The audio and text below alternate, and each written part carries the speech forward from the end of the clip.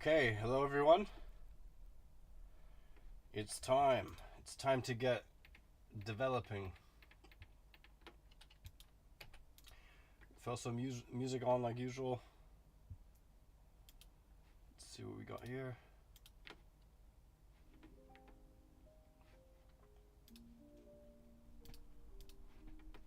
Okay.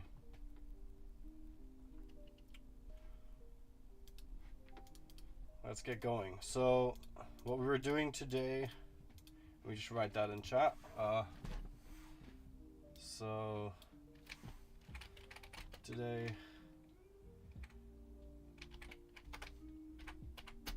I'm working on hitting enemy mobs, and specifically until now we had like the whole hit system working for the trees, and what I'm doing now is I'm rewriting that tree hit part to be generic, so that it's like, instead of now it's like hit tree, we're gonna say it's hit entity, and then that will be sent to the server as well, and then it has like an entity type, right? So that's what we're going to be doing. What I have to do for that is also say here, just so that the health bar controller, which is the controller that's going to control the health bar, is aware of the entity type. So what we're going to have here is the entity type, and this is actually like that. And I am going to just get that in here straight up. Let's see, we take this away. Sorry, build this. So we have the entity type here, tree and Grizzle. Grizzle is the enemy mob, just so you know. And yeah, trees are trees. Just gonna build the DLL and pull that into Unity just so that we have shared types, which is very useful. I did choose to go the way of, let me just quickly create a folder here. Bullet Sharp, just so I don't accidentally delete the Bullet Sharp DLL. Interesting, okay.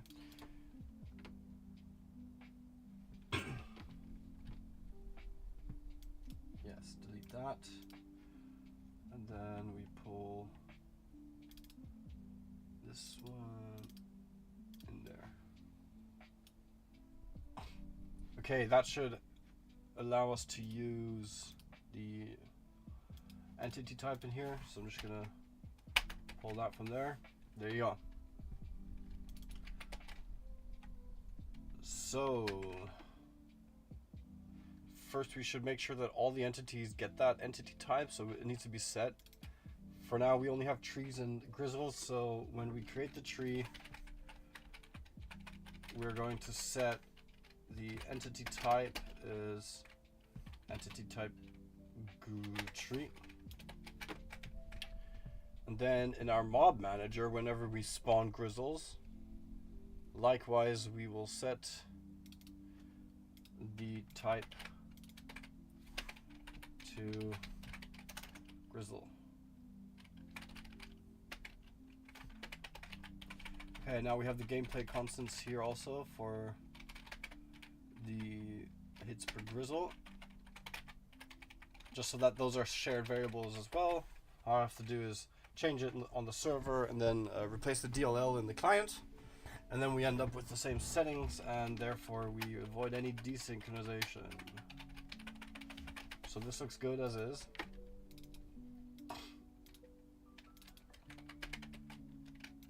Yeah, I renamed that. Probably this mob type, I should probably change this. I mean, I'm going to have to anyway, because that's what we're going to be doing now. Anyway, for now, first I'll do the hit, right? The hit change, and then I will do more of the refactoring that has to happen. So the first thing is we get the health bar controller ID, And actually here we're gonna have a switch, which is gonna be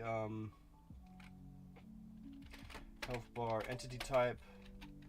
And then based on the entity type, we're going to, in this tool, of course, have void on. So we're gonna handle on hit grizzle. And likewise, we're gonna have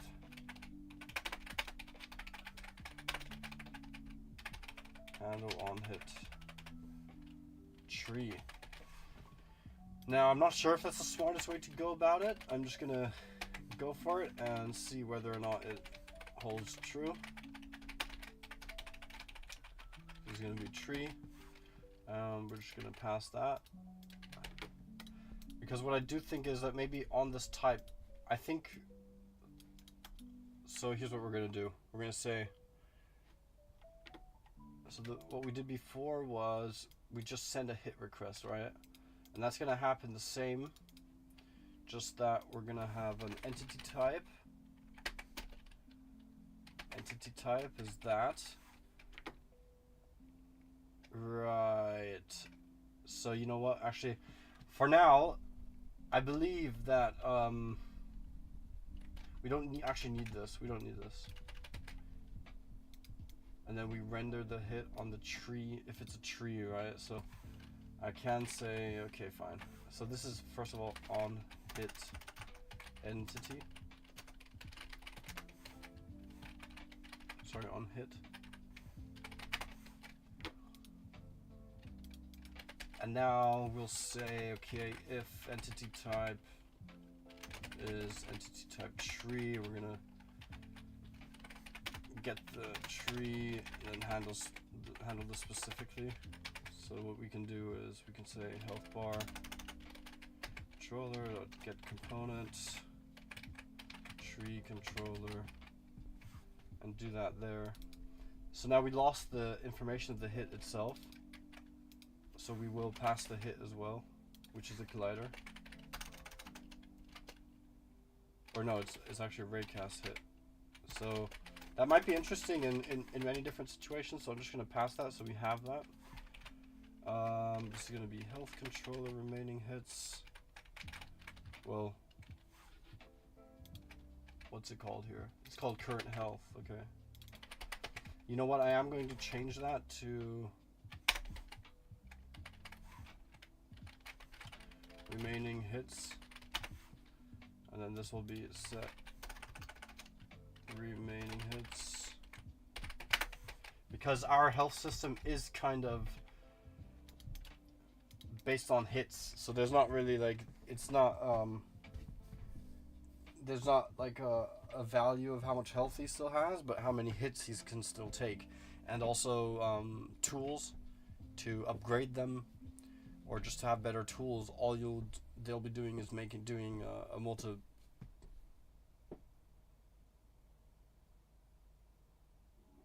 Yeah, they'll just be doing multiple hits. So you can't have 3.5. You'll have either 3 or 4, basically. That's going to be the end result. But I think that's enough for our purposes. You can of course extend that in the future, but we don't need anything more than that right now.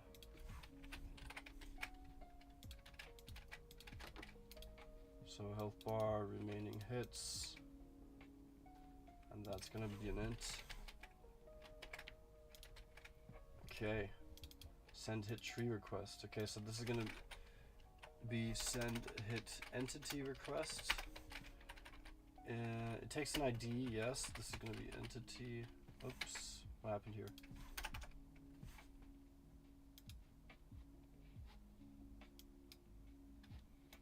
My lord. Okay, so sometimes Visual Studio gets hung up and does stuff that I don't want. So where are we? We're going back to health bar controller. No. Oh my god, it just completely threw me out here. So we're here. We're gonna hint it the entity request exactly. So here, this is gonna be an entity ID. Then we're going to want the entity type as well, here.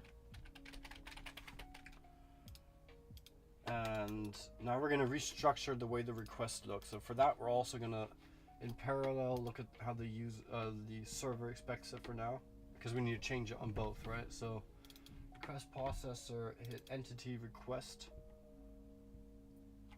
What did we say here? What we wanted exactly? We just want an ID and the type, right?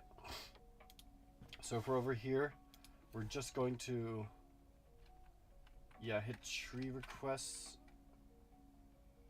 Hit entity. That doesn't even exist anymore. Hit entity request. Okay, and we're gonna want the entity ID first, which is good. We already got that. And now we're gonna cast the entity type to an int.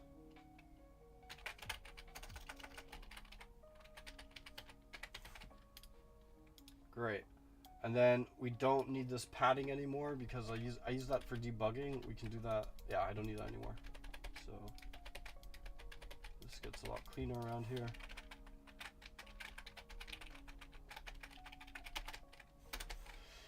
Okay, send hit entity request reliable ordered.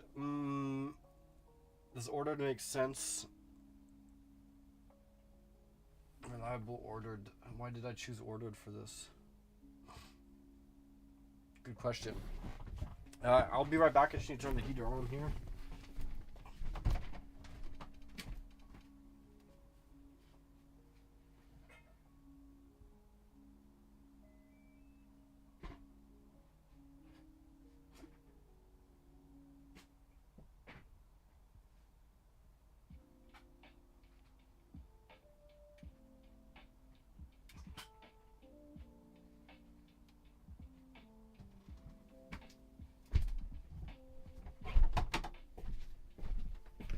Actually gonna make a coffee as well. I'll be right back, guys, like 3 minutes.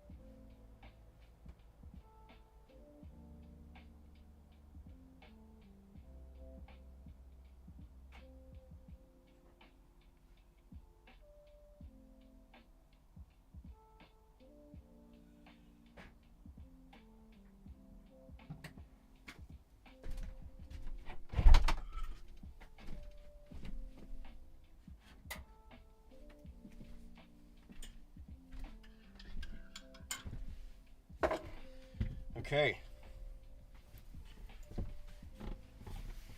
Let's get a jacket on. It's really cold in here.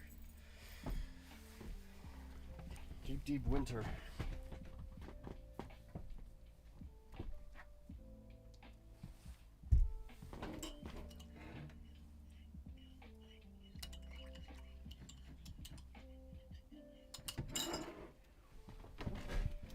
So where are we at? So why are we sending this in an ordered fashion?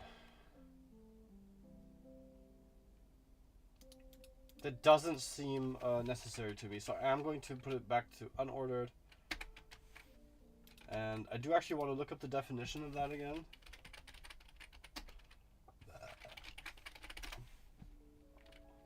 So let's see what we get here.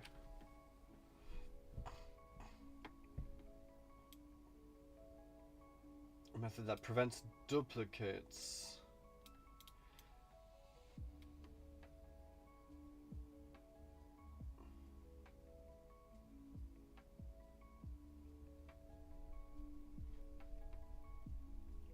It's truly a requirement. Otherwise, opt for reliable unordered. Yeah, it makes sense. I mean, if you're hitting something, right? And you're hitting them twice. Does it really matter which one of those arrives first? I don't think so. And I think especially when it comes to combat actions like hitting and hitting trees, we should definitely go for performance here. Why did I go for the ordered option?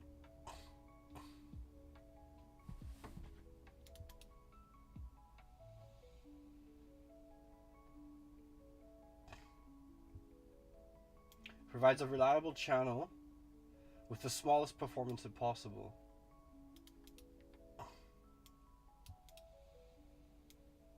Any packet set will be delivered, and only one copy of it will ever be delivered.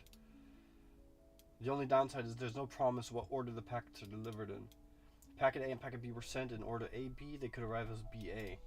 The channel is used for sending duplicates such as firing a weapon. Such as weapon firing event. It's irrelevant which bullet was fired. Just we need to know that a bullet was fired and ensure that every bullet is accounted for. Exactly. So this is exactly my situation right here. So I don't know why we ever used reliable ordered. So good thing that we saw that. Entity request now needs an entity type, which we didn't pass here. Okay, so good. Good.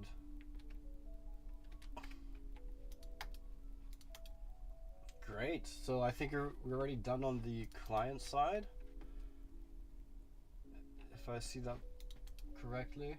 So now we're back here in the server. Let's see. So hit entity request. We're getting the ID and entity type. Then we enqueue the action. Go there. And then from here on, I guess we have to process it differently, right? Because there's 100% going to be different processing that's going to have to happen. So we want this for, say, the hit tree request, and then this can be all of this, and then we're going to go here and say exactly now. And then we're going to have mob. It's going to be something similar. Then we want the default there, hit an entity of unknown entity type. Very good.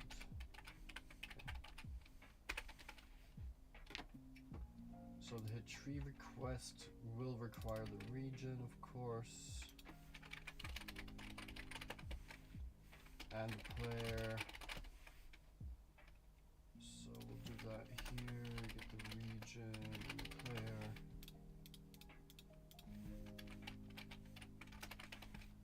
Okay. And then this, of course, will be a grizzle. This is hit mob request.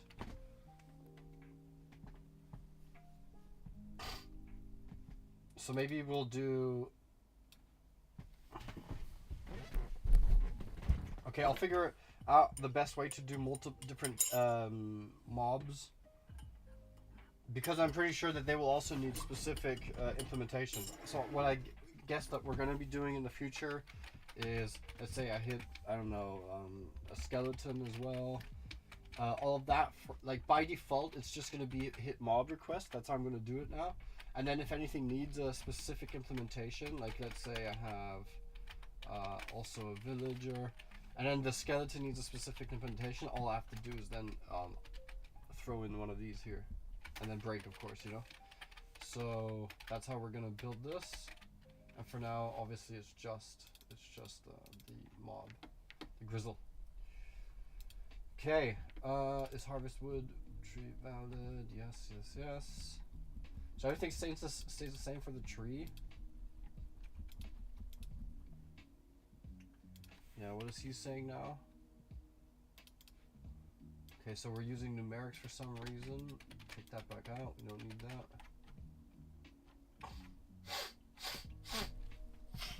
Okay, and now hit mob request. Okay, so this is going to be the interesting part. I'm going to just put a skeleton there because I do want to first make sure that the tree hitting works with this new refactoring before we get into implementing the mobs. And you don't need an entity type. You just need the tree ID, yeah. And then this here is the tree ID.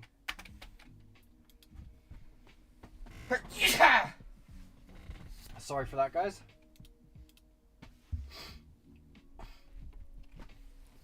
Oh shit.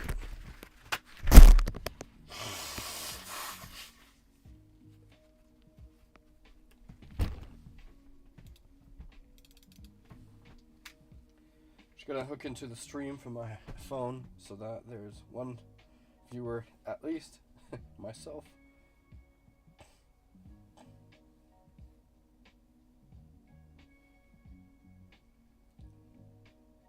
YouTube, let's see. It's online right now.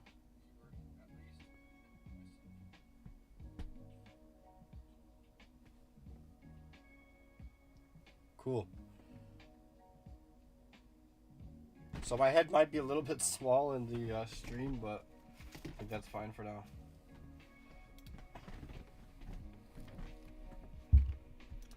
Okay.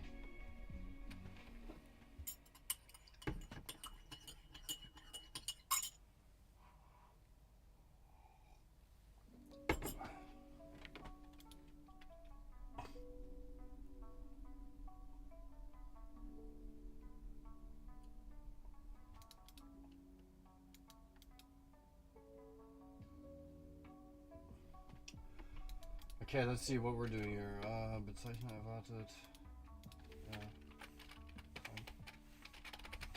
Okay. So let's make sure that we got the trees going again. I kind of lost track because I had this whole break in between getting the stream to start, so I'm not sure if we maybe forgot something important here. But that's why we're just gonna test now.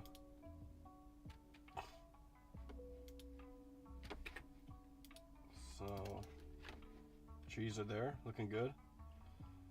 So the interesting part is obviously, look, there's a grizzle. The interesting part is going to be hitting trees. So we'll see if that works. Hit tree. Oh, that seemed to work right away. Okay, let's see if harvesting works. Awesome. So it seems like the refactoring worked.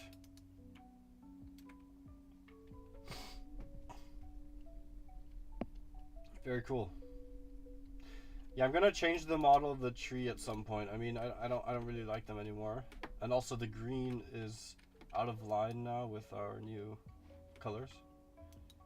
I made everything a little bit more bland.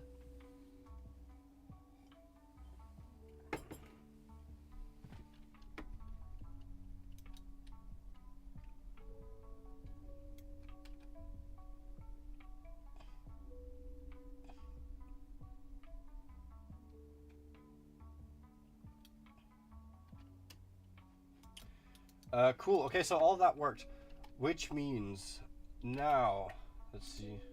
Just want to see something. Okay. Now, what I believe we should do is the mob hit. So that's gonna be the funnest thing, that we can start killing some grizzles and then harvesting some food. That's what we want, right? I'm also wondering if I should introduce like an XP system, so that everything you do basically gives you like a little bit of XP. That could be fun in the end, like, because you have levels then, but I'm really not sure about that. I'm really not sure. Okay, so for now, let's go back to developing. Okay, so I'm gonna start on the client. The first thing he's gonna do is hit. So wait, let's see here. This is the entity ID. Wait. So you ready? So you know what? This is actually already working perfectly fine. So actually, you know what's funny? I am already. It should already work on the client. I am already hitting the grizzle. Should already be being sent, which means Okay, so there's one thing that has to change. So on the server, when he hits the tree, what I do is I say either tree harvested, right, or tree is hit. Now I'm wondering if I should refactor this to entity hit, right, so that he broadcasts it as an entity hit message. I think it makes more sense, right, because everyone needs to know about it.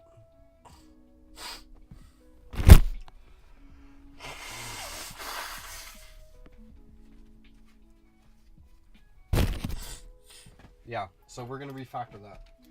Tree hit is now gonna be called entity hit.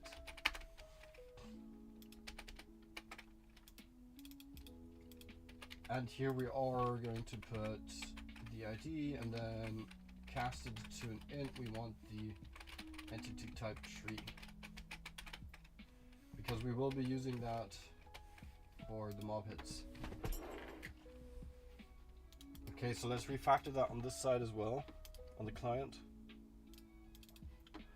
So when we go here, entity, let's see, where is it? Tree hit.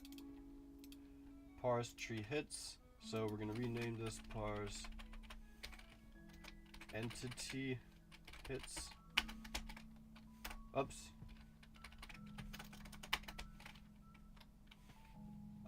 Hits, what is that?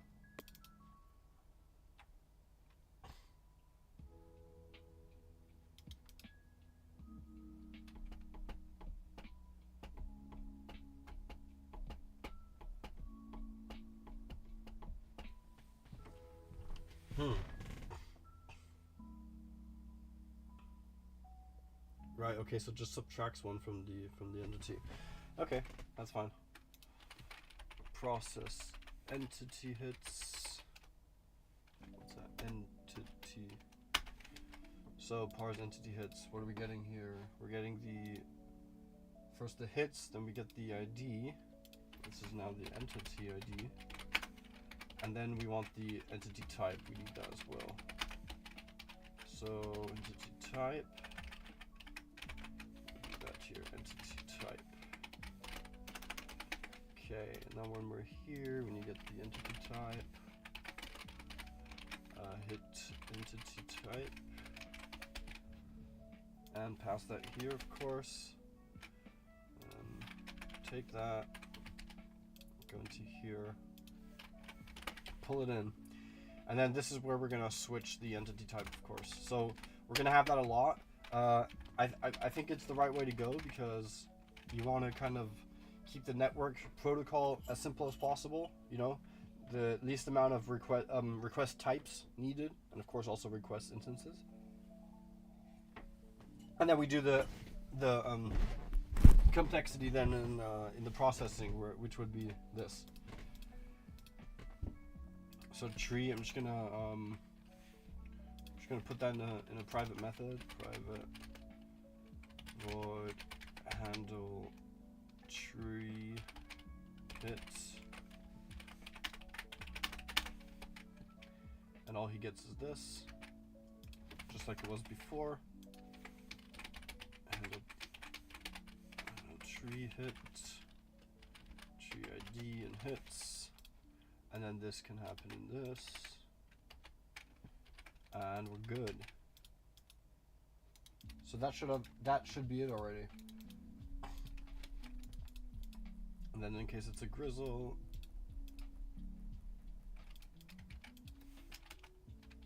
this is going to be to do.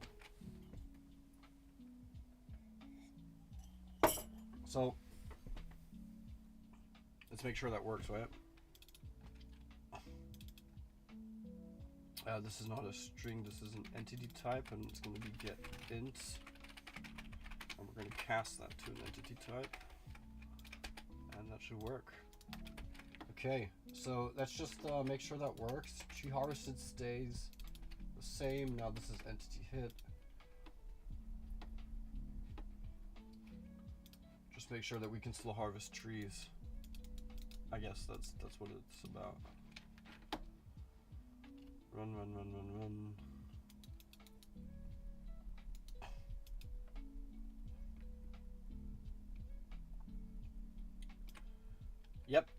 looks like it's working. Just gonna leave that there. Go hit this tree. Go back to that one.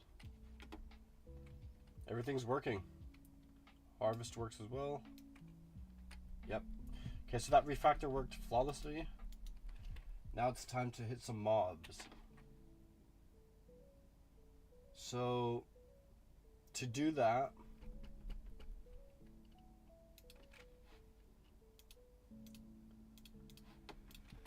okay, so here we're on the server, process mob hit. So this should already be working. I guess what we're gonna do is vaguely copy exactly what happens in the tree hit, right? As well as, let's see what happens here. Entity request. Yeah, so this is very important that we enqueue this. Hit entity request. Ah, I see.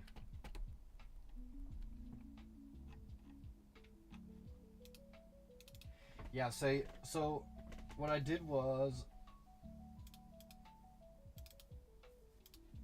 I built a queue, right? So that cheaters can't spam the tree hits. Basically like harvest the tree in just like one go because they spam the hits. And I do need that same mechanism for the mob hits. Now I believe that it will be always the same interval because it's always how fast is the player swinging. Because of that, what I can do is use the same queue, but I'm going to rename it to entity hit queue.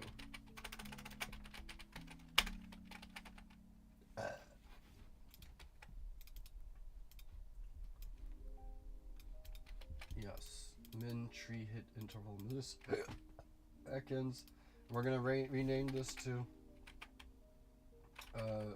min entity hit interval milliseconds.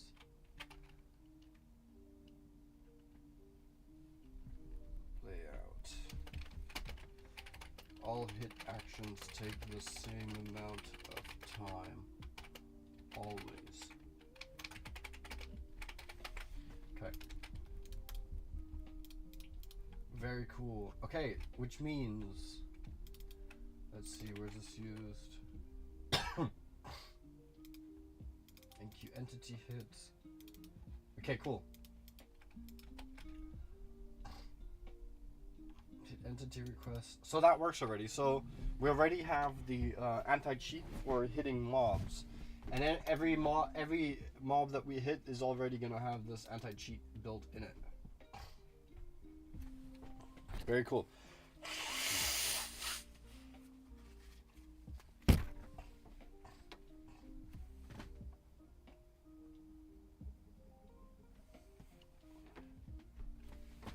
So how can you actually set tags?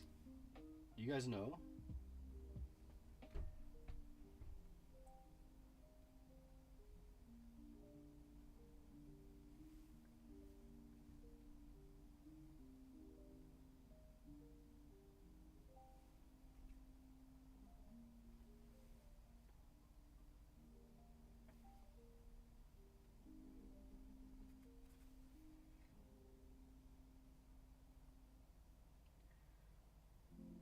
Okay.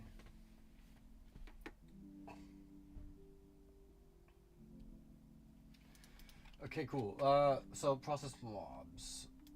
Now that we know that we have the anti-cheat working, process hit mob request.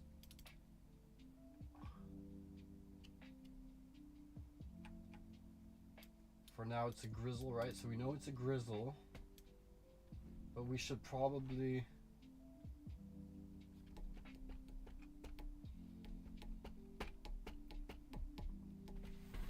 okay, let's see. How do we do this? How do we do a mob request based on... So I think what we could do... No, but that won't have the health. I would like to have it in some way... okay, wait, let's see.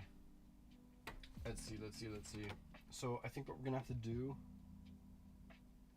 is we are going to have to go to the grizzle, and we're gonna have to somehow implement here, let's say an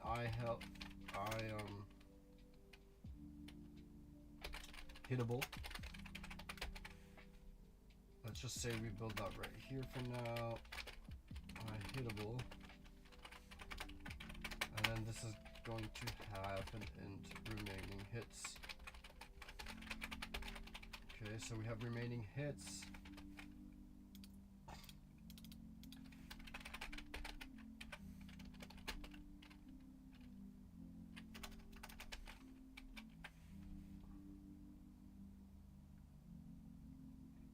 How did this work again? So the system, let's check it out. Float, and then you can just say get. So if I have get, that works. Okay. Yeah, so the hittable.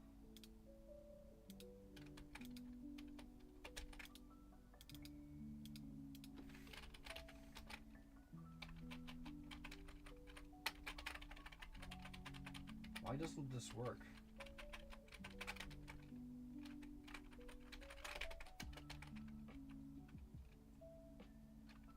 I don't understand this really. Oh, because it doesn't have a set. Let's put a set there.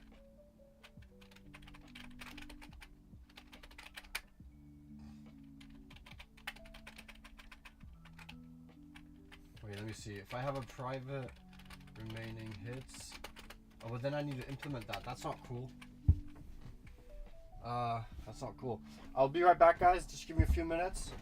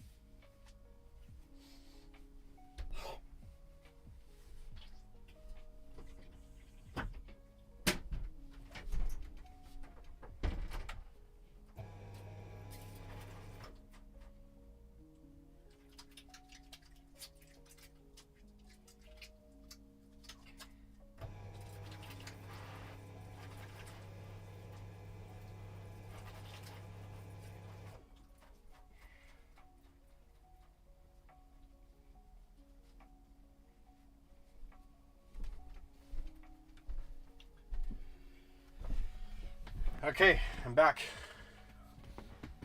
Let's see, what are we doing here?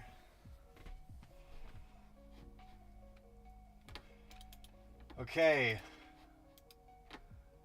Right, so we were at defining how we can generically execute these hits on the mobs on the server, right?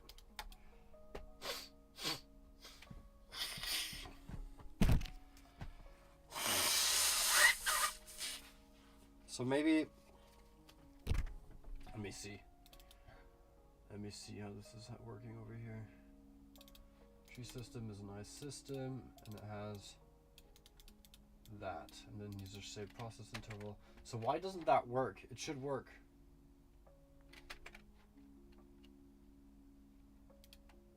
Oh, so that's adding the set. Okay, let's see. Okay, I go back.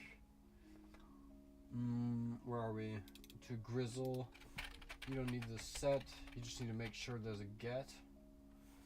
Then I say int remaining hits. And I'm just gonna make you public hit. Let's say get set. Okay, cool. And now I believe that's enough, right? So now, remaining hits per Grizzle. Exactly. But now I say here, I say Demos transform. Because this could be a wall, but then the walls also have to take it. So let's see, will we ever have a transform that does not have health?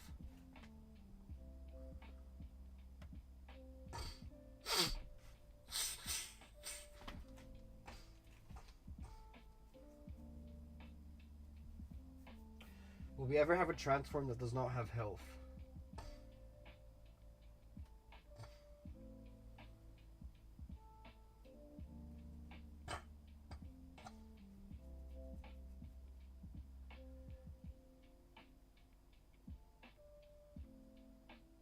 Huh. Let's see.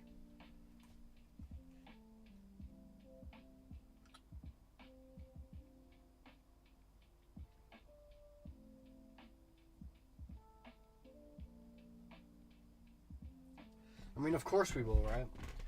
So there must be a better way. I mean, if I do void take hit, right? Let's see what is the tree doing. Let's go to a tree. Environment tree. You see, so you have basically. I don't want to have to do this for each of them, you know.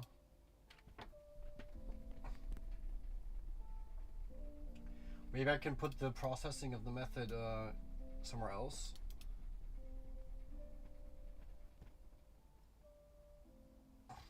So if I do here, I hittable. Remaining hit stays the same.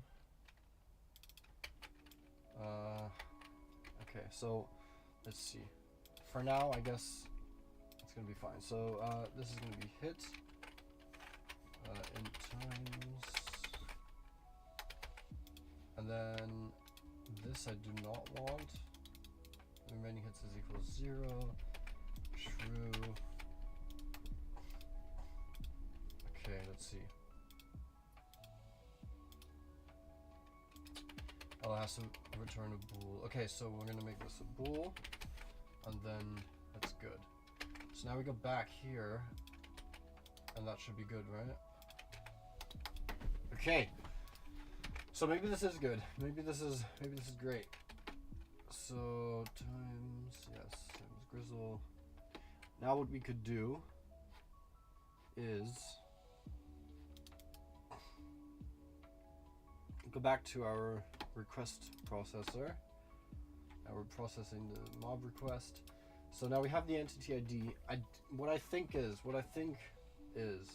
we're going to have also take a region, and then the region is going to hold an array. Yes, of iHitables entities.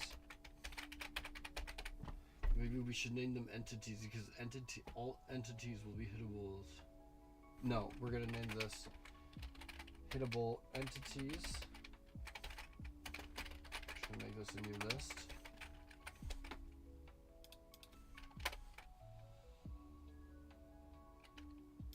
This is gonna be public. Now, hittable entities. Now we just need to make sure that this is populated, right? So every time we spawn a grizzle, what we do is region grizzles add, but then we also want to hittable entities add. Same thing, right? That we should also do with the tree generation. Trees. Or what are we doing here? Relevant pass, yes. Okay, so where's this being called? Remaining hits, remaining trees, environment trees. You see, then here we also add the tree. And what we're also going to do, oh no, so okay, we can't use this a dictionary here. Maybe what we want to do is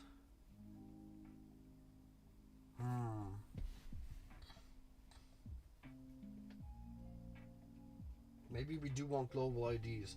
Instead of having an ID for each mob type, maybe we do want an ID for all mob types.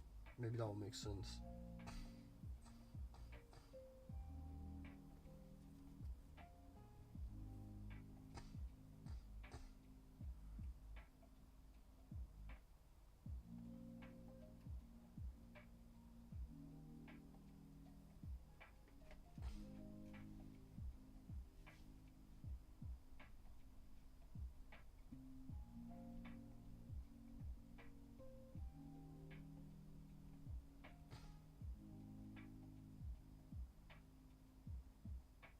Or can we use a dictionary? Sorry, dictionary. I just had an idea. If we use a tuple as a key, and that would be entity type and the int ID. That works. Very cool. So I think this is what we should do. Because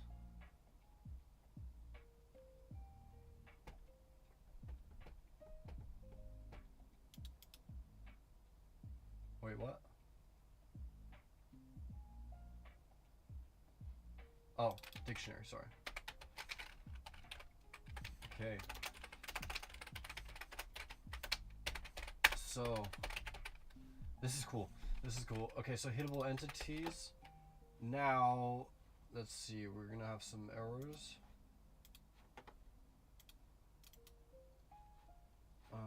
First of all, numerics. I don't know why you always come back in. Yeah, that's fine. Okay, let's go back to the generation part. So, the trees generation. So hittable entities. Now what we can do here is say we're gonna go here, then we're gonna go entity type tree. Sorry, this is a tuple. And then tree.id. Oh shit, is that a string? Oh no, it's a string. Oh no.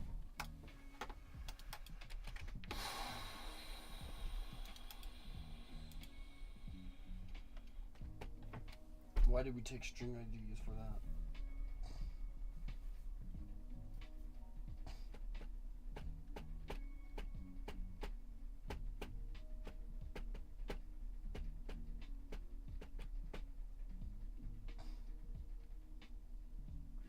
So I think the tree should have so this is deterministic ID, but then it should also have the normal ID, right? I think that would be smart to give it both.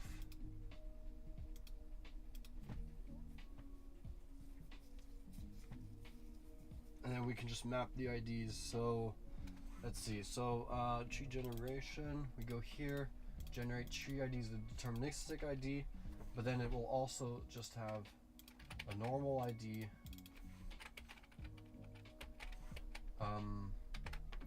which will be deterministic ID. Let's see. We're gonna need like a singleton ID. Okay, so wait a minute. We have, where's that class again? Where did I put that? So we have util ID manager. So we need one of these, but a static one. So we're gonna do public static instance.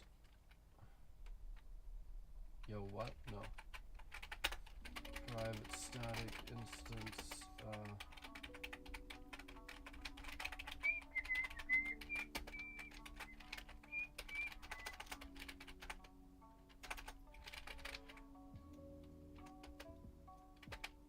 Okay, and then here we're gonna get this,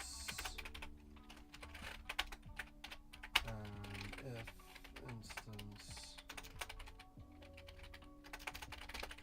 is null, then instance is new recyclable ID manager, and return instance.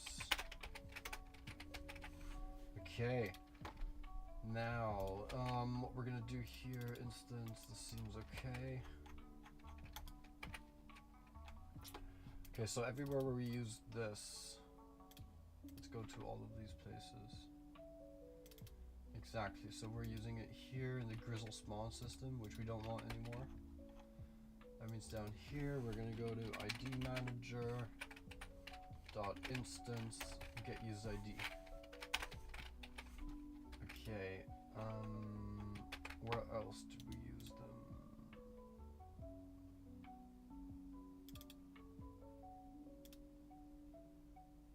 Let's see. Really, only in one place?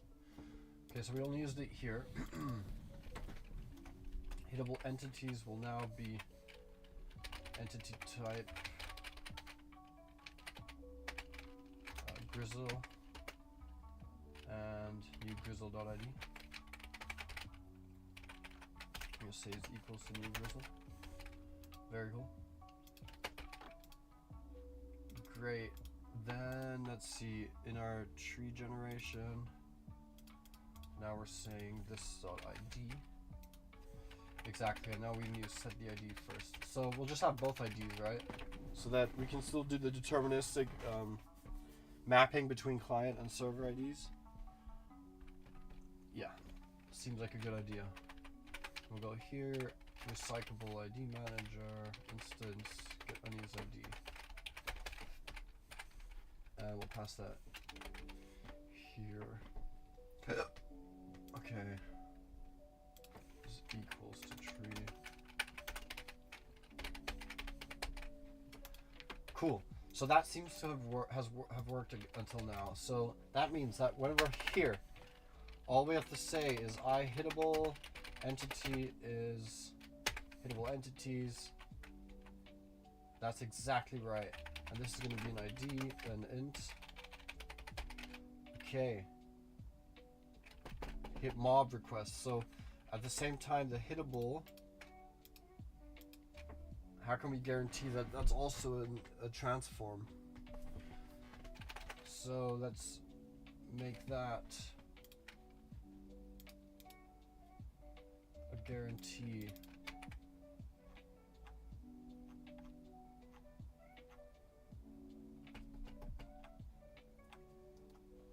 Can we do that here? Let's see. So we have vector3 position. Let's say yeah. Now we. Oh man. It should be implemented. What if I just did this position?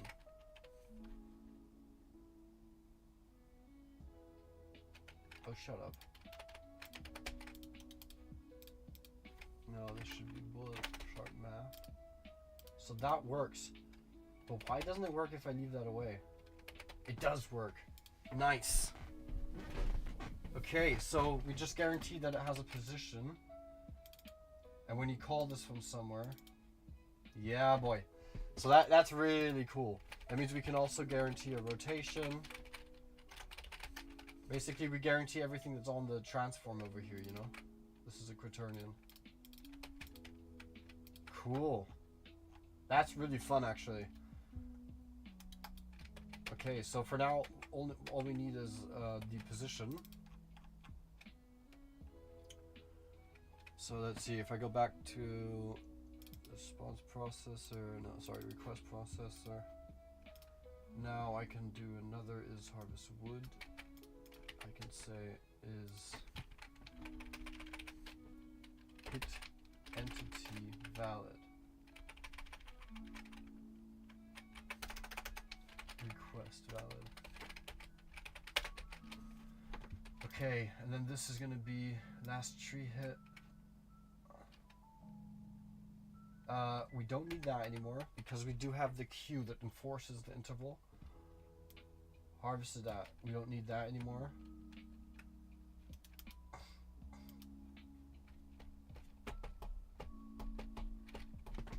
What we could do is we could say, okay, look, if this is an entity, so I'm just gonna, no, this isn't a hittable entity. Now what we could do is say if the entity dot how many remaining hits kind of like million, and we say try to hit an entity that was already dead. False. And then if not, then we at least validate the position, right? And then you have the axe hit range, which is gonna be, yeah, for now we can use that. Try to harvest wood, but it is not in range of the tree. Sounds good. So that should be it, actually. That should be it. So we're gonna pass the entity. And that's the player, right? Yeah. Okay, so we need to take the player here first. Okay, and then we say, okay, entity dot hit, take the hits, and then this is if it died, right? So before we had tree harvested,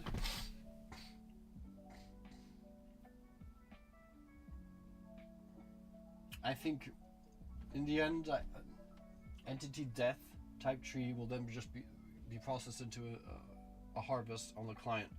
So I think we should do refactoring there for the trees, that it also becomes just a entity death event. So let's see. Wait, so for the trees it takes a deterministic ID. So maybe we do need the tree harvested. We need that only because it works with a deterministic ID. Otherwise we could make this into an entity death event. So we're gonna add that entity death event.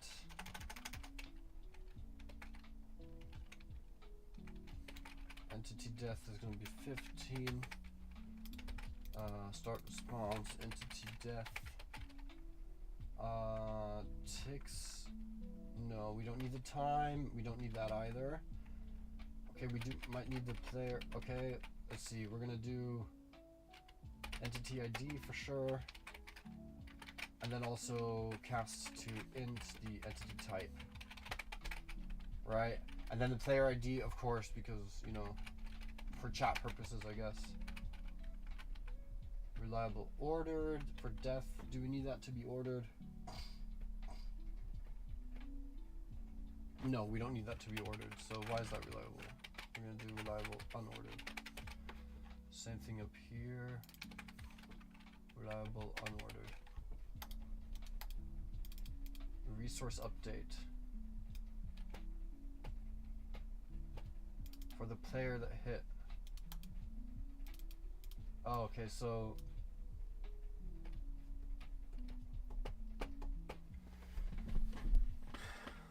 based on the entity type, I guess we're gonna get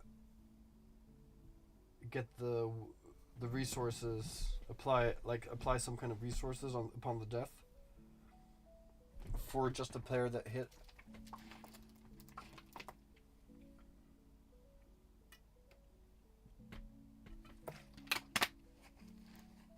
Okay.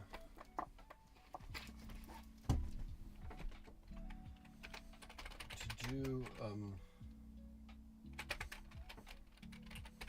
so for now we're not gonna add anything there. You could do the resource update anyway. Or let's just say, okay, so for now, okay, so wait, mob, apply resources according to entity type. Grizzle 10 food. Let's do 100 food.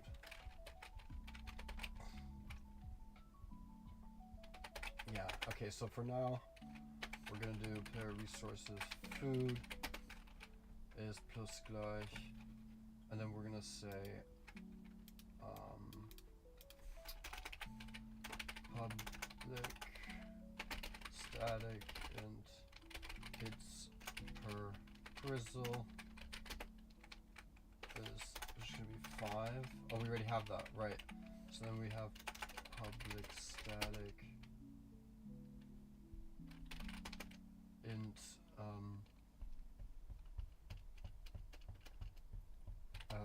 food per grizzle is gonna be 100, or let's say, wait, 50 times, yeah, whatever, should be food per grizzle. We're gonna do that here. Food per grizzle, entity def, entity ID type ID, and then the resource update for the player who did it. Okay, and then this is just entity hit here, deterministic ID shit.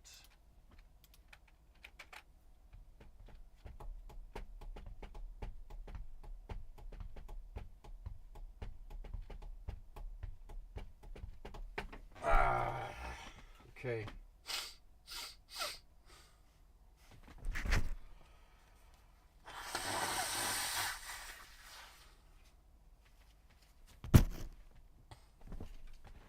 So, this is gonna have to be named tree hit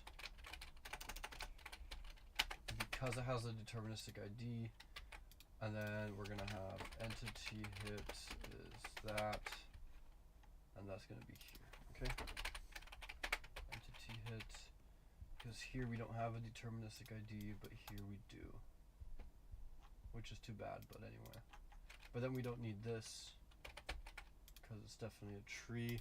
And then we go back here, process entity hits. Great.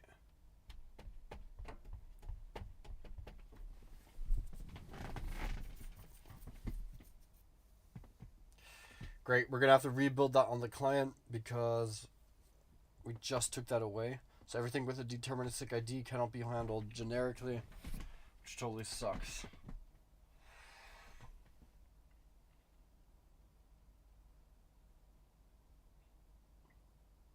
Well, that's just too bad.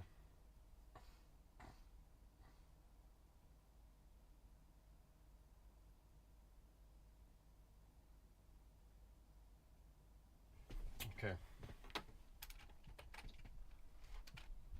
So process mob requests. This is an entity. Player hit entity. We're just gonna say what it hit. This is gonna be entity type to string. Entity has, okay. This is gonna be entity type.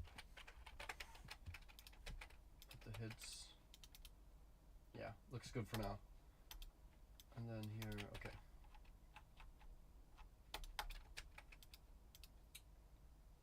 Last tree hit, that is not true.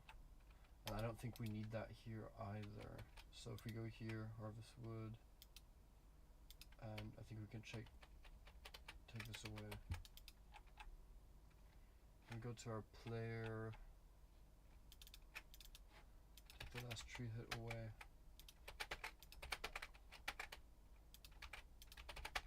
Okay. What do you want here?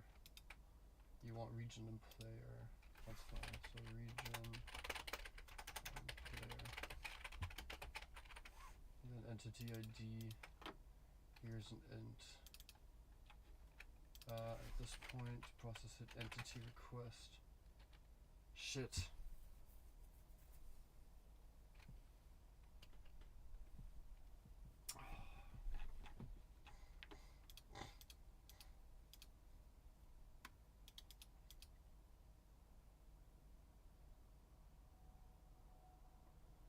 Oh man, that sucks.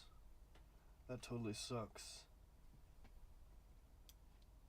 So this is gonna have to be reverted back to hit tree request again, and then you get the string.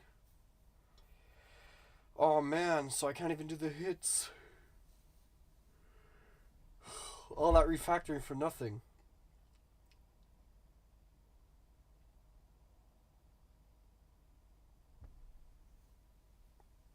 Just because I have deterministic IDs. Oh lord, that's really a shame right now. It's creating so much work for me. Just to save some data.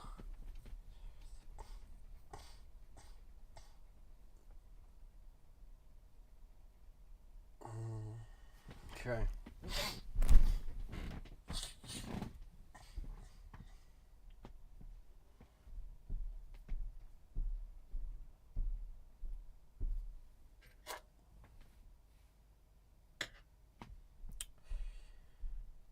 That's a little bit of a shame,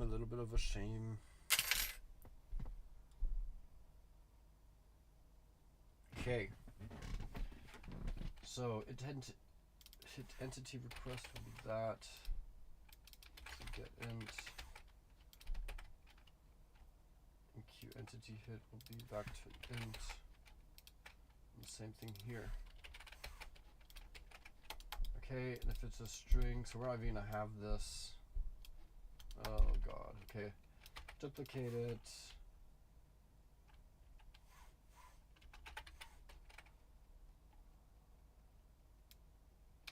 Tree request. Process hit tree request. Process hit tree request.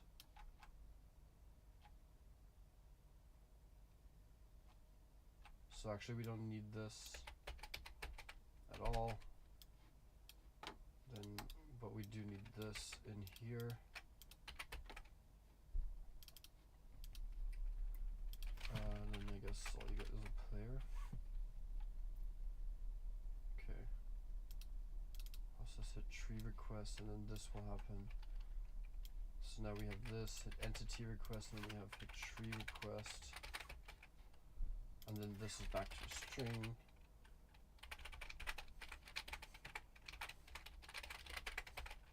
Okay, this is obviously, so we're not going to use the entity type here again because it is literally a string. Enqueue entity hit, process hit entity request. Oh my lord. Okay, entity hit, entity type. Let's see.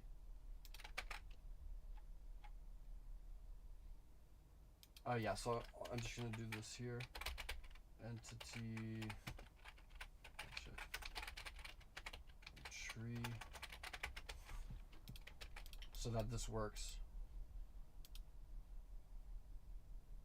Process entity queue hit, so we're gonna take both. We'll take that, and I guess if it's a string, then we don't need that. And then you're gonna process.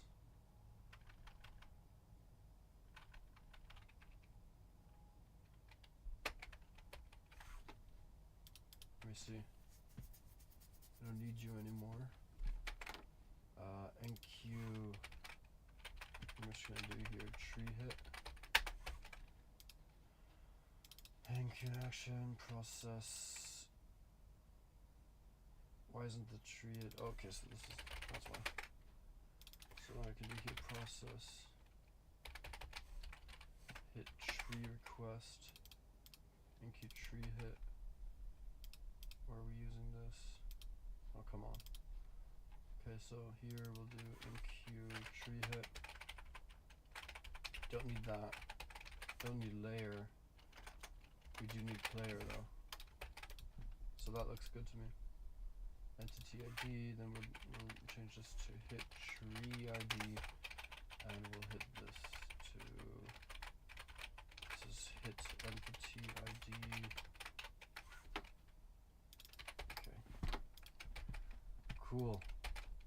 Man, that's so annoying when you have to like refactor stuff like that. Hit tree request should be player tree ID. Okay, let's flip that over here.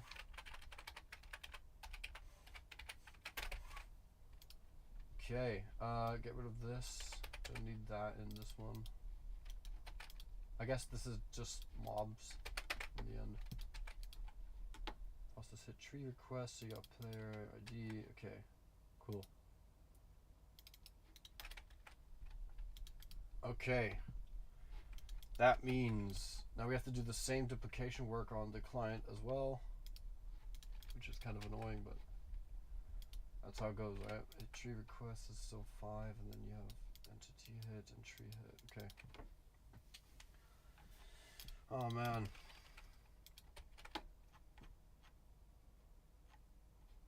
Just make sure that rows. Okay, we're gonna build this because we do want to make sure that the entity types are the same in both, and the request. We want to make sure that the request types are the same, and we'll do that by building the DLL and switching that out here. So once that's done, I could just push that one in there.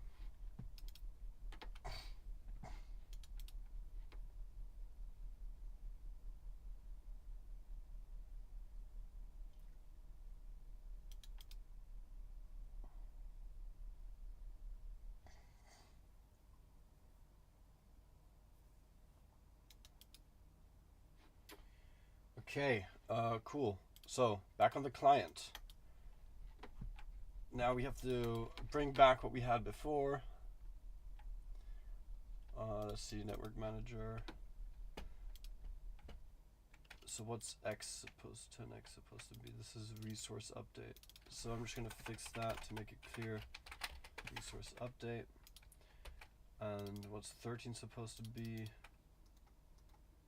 That's the mob state update request. Fix that too. So mob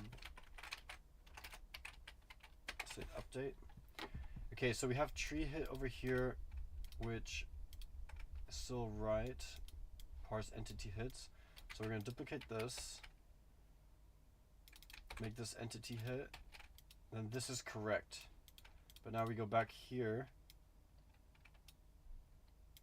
So this is actually correct. Sorry, this is correct for trees. Parse tree hits. That means this is correct. What we want now is for the entities, we're going to want to duplicate this, name it entity. Yeah, this goes away for the entity type. We don't have that. But here we do have it. And this is an integer. Up. Make that int. Get int. Okay. So when we here now we can do parse entity hits. This guy doesn't have this. And this is the hit. We're just gonna name this entity ID. Entity ID. And entity hits. This one doesn't exist anymore. Hit entity ID. Process entity hits, and this is an int. And here we won't have the tree anymore. We will have the grizzle though. And then here what we're gonna need is also the process tree hit, which we will do just like this. We don't have that anymore. And this is the tree ID, which is now a string. Now we're gonna do here, process tree hits. And, oh, I think we're almost done already. And then here we're gonna, for now, debug.log grizzle hits confirmed. And a tree hit, we don't need that. Wow, that was actually easier than I thought. Okay, so tree harvested still exists. Now what we don't have yet is entity death. But that's okay. Let me see, didn't we change it? No, tree harvested still exists. And then here we have entity death. Okay, just to make sure, again, we're going to check if the tree harvesting works. Because we did go back and forth now and everything. Just quickly make sure that works. Where are the grizzles? Okay, there are the grizzles. So that's working too. Does this still work? Nope. So something went wrong with the tree hits. Let's see if the server is getting those. Player tried to hit an entity of unknown type. Okay, let's see. Right, because... Oh, okay, I think I know why. When we're hitting... Send hit entity request. Yeah, so this is still happening. Although we shouldn't be doing that. Because we still have hit tree request. So I should see where this is being called, which is here, sit hit. Okay, so I need this here. Because they get special treatment. And if it's not, so this is a send tree hit tree request, which doesn't need the entity type.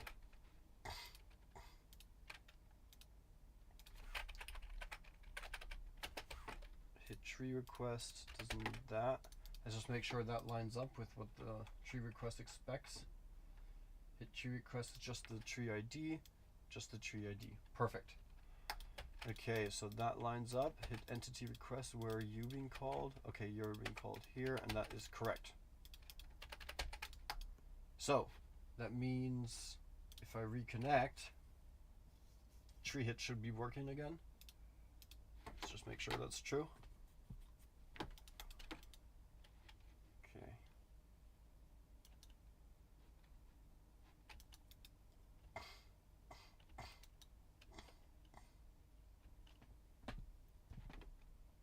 Hey guys.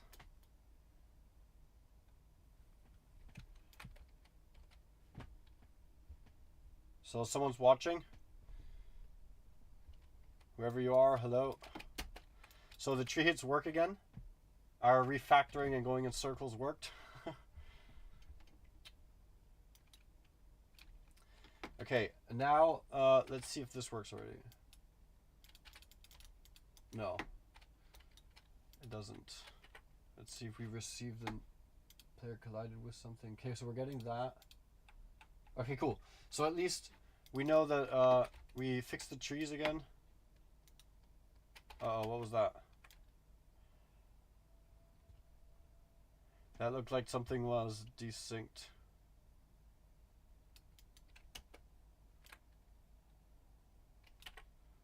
What does the server think?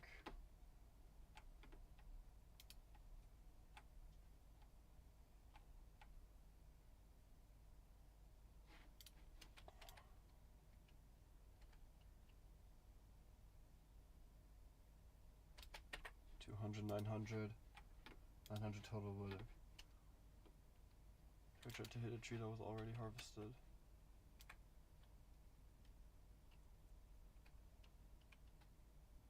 So I'm wondering if I just saw a bug where the tree was harvested, but I didn't get anything. I hope that's not going to happen again, and I will just continue. I don't know if I saw that correctly. Okay, so now we want to hit the grizzlies. We want to make sure that that works. So first thing I'm going to do is hit entity request. I'm going to log and make sure that we are already sending it from the client. Process it, entity request, grizzle, right? Okay, so I'm just going to log that here.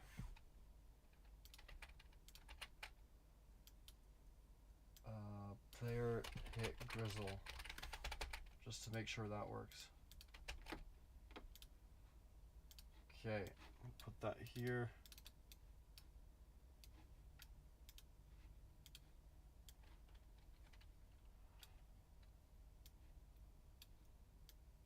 If you guys have any questions, let me know. I'll explain gladly what I'm doing here. Okay,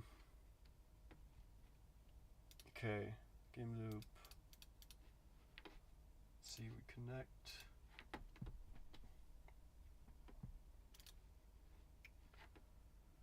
Okay, so technically I should be able to go over here to grizzly, and we should, at least on the server, see a log that we hit the grizzly when I hit him. If not, then I have to debug the client and see why he's not sending the request. So it's not working. Oh, I believe. Oh, I know why. So I didn't even give these guys colliders yet. Okay, so that's definitely a client issue. Server should be working for now. Okay, let's go and give them a collider. So here's the grizzle. Let's see. Yeah, we add it to the topmost thing. It's gonna be a boxed collider. Again, we have to think about performance here, obviously.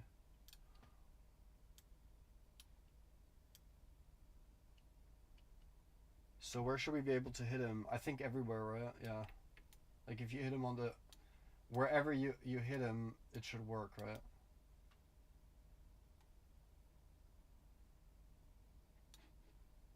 What do you guys think? Nah, probably. Okay, so the tail shouldn't give him a hit, right? Let's just pretend that he can live without his tail, right? I think it would be better if we don't allow that to be a hit. So I think this looks decent for now.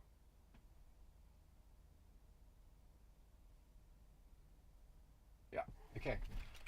Let's apply that.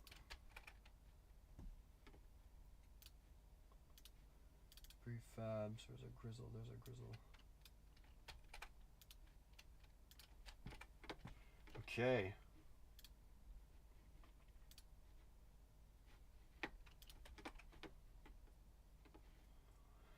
So now we got that collider. I am going to just add a quick log here just to make sure that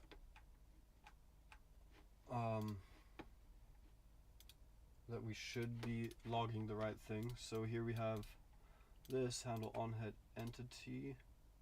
If it's a tree, so basically this is definitely happening, and if it's not a tree, I will log this and say hit grizzle. And let's make sure that works. Let's see what happens.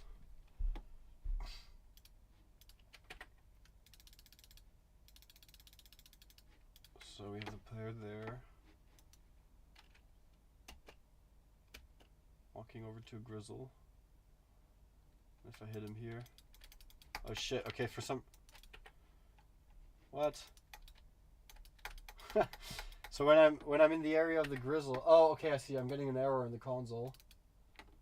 Let's see, what is it doing? No health bar. But there is a health bar. Tool controller, 127. Hit collider, transform, parent. Oh shit, okay. That's not good. Okay, because the trees... Oh, okay, I see what's happening. We have to fix that. That has to be fixed for sure. So in the case of a tree, it was on the child. I'm gonna allow for both. So I'm gonna say if health bar controller is null, then I'm gonna also try to get it from the transform itself. So now we can have the collider on the child, on any child of the of wherever the health bar is, or on the parent itself. So that should fix that issue.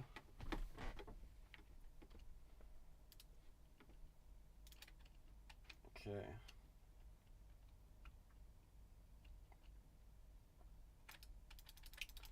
Still not working.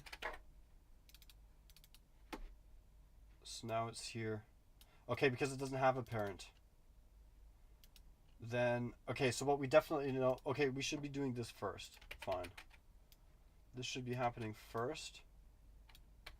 And then we check the parent if that one doesn't have it. That should work for now. I do see potential for errors in the future, but we'll fix it. We'll fix those when they happen.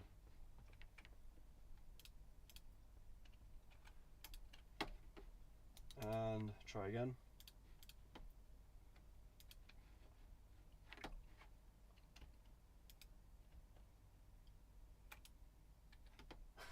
What happened now?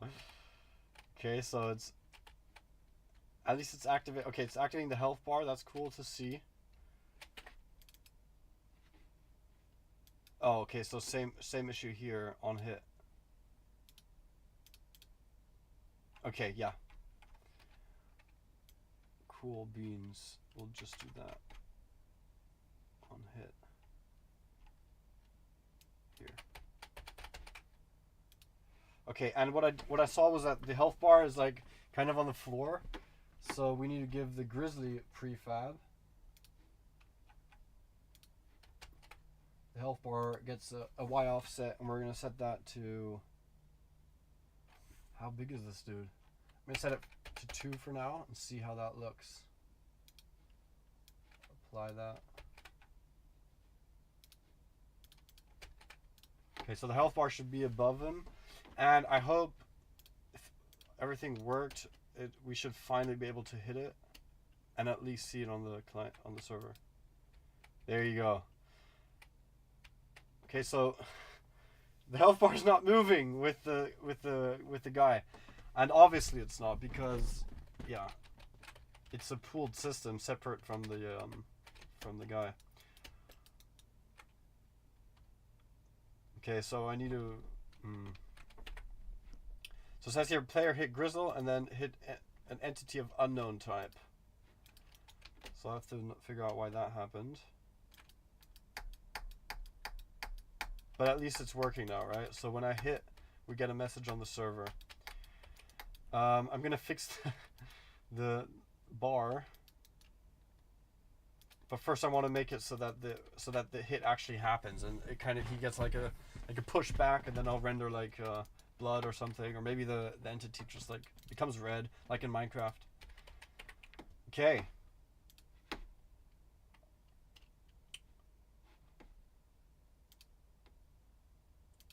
So where are we at here? First things first. Okay, so we got the message that he hit a Grizzle, but then it said unknown entity type. So we got both of these messages.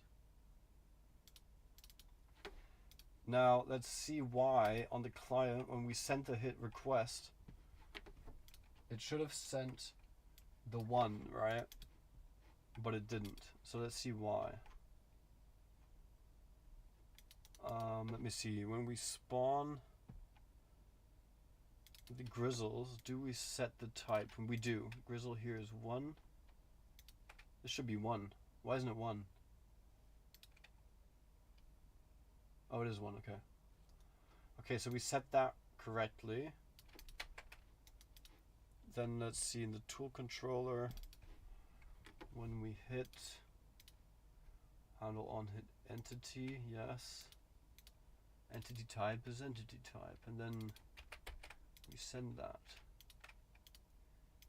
And then it becomes this. So let's see if we parse it in the correct order. Back over here, request processor, request entity hit. This should be it. First we get the entity ID, which is first here, and then comes the entity type. And back over here, you also have the entity ID first and then the type. So that should be correct. So why isn't this working? If I hit entity.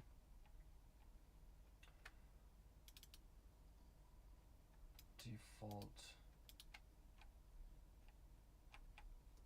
Interesting. So, from what I see, it should be working, but it's not.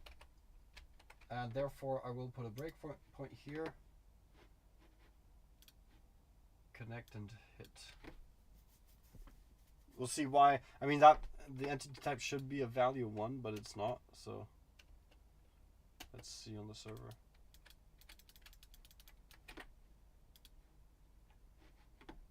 Why aren't you? Huh? Okay, we already changed something on the server, so I need to start the server again and reconnect.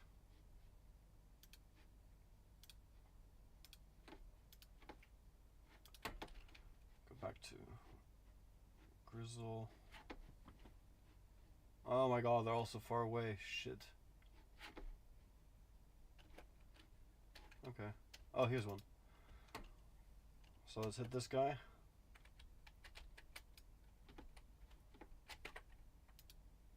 Huh? Ah, here we are. Okay. So entity type. What? Why is entity type 78,000? What's going on here? What? The entity type should be 1. Hello?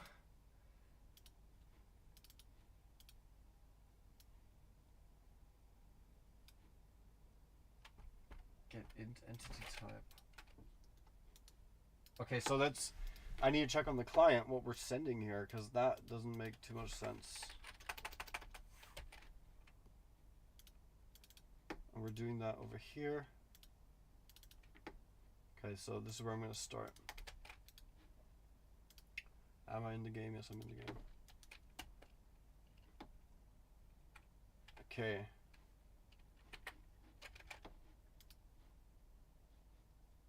Great. So, we're in the game. Hit. Why doesn't it hold here?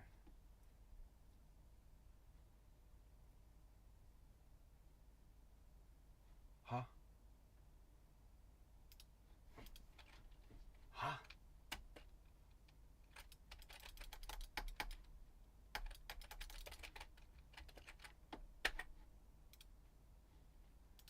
Everything. Oh, this. I didn't start the server. Okay.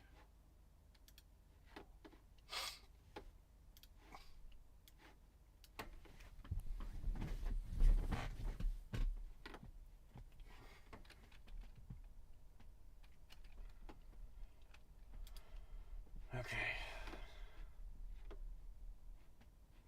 Where are the Grizzles? There's the closest one.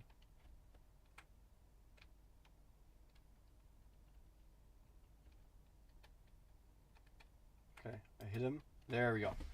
Okay, so health bar controller. Let's check this guy out. The ID is 1019, which could be true. Okay, so that could be true, yeah.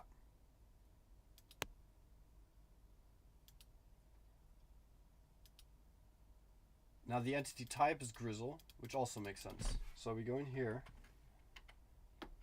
Entity ID is 1019. Entity ID is type is 1.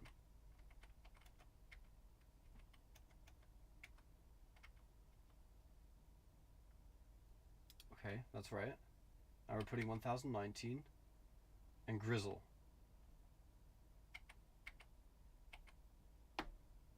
Okay. Now on the server, okay, fuck, it already happened, so I'm not gonna get that request. Which means I need to do it again. So hit entity ID. Why is it 808,000?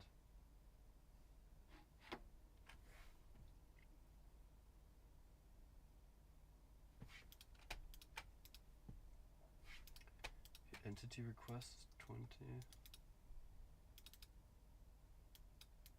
Put entity request. Comes the ID. Hit entity request. This was right. And now we're saying get int.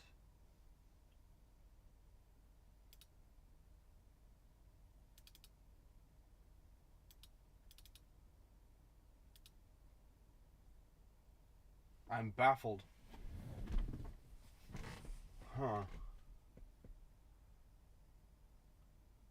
Reader.getInt.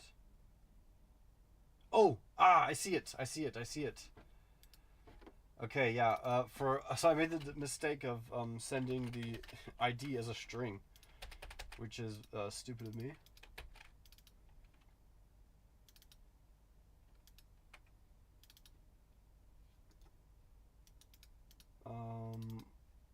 Here we're gonna do parsint, I guess.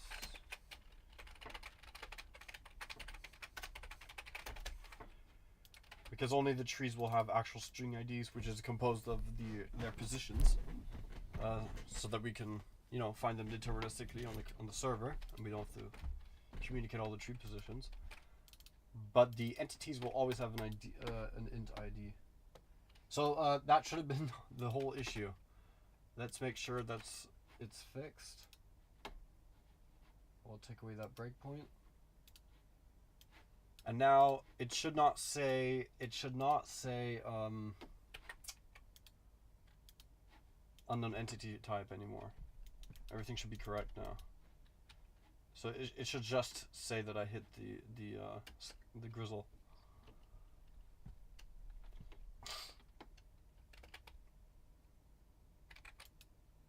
Hit him here. Yes, entity type is yes, okay. Go in here, entity. Yeah. Player hit entity grizzle. Entity has 4 remaining hits. Awesome. Awesome, that worked. Where'd the grizzle go? Okay, here he is. So if I hit him now a few times, player harvested tree and now is 100 total wood. That's a lie. That should be player tried to hit an entity that was already dead. Okay, cool. So the basics are working. I'm not processing the entity death yet, which I will do now. I'm just gonna, you know, play the death animation and then destroy the game object. And I got my food, which means everything's working. Just the server log is off. Okay, we're getting there. We're getting there. You can hit him. The server knows that you hit him, and the server also kills him. And we just have to replicate that on the client now and play an animation death. And also, I want hit animations. Probably not hit animation, but on the server, what I'm gonna have to do is kind of like push him back in the position. And since I'm already sending the positions of each mob, that's gonna be basically, you know, automatically it will replicate on the client. So first things first, hit mob request. It says here player harvested tree, which is stupid, and we are putting up the wood. No, we're gonna say player killed mob.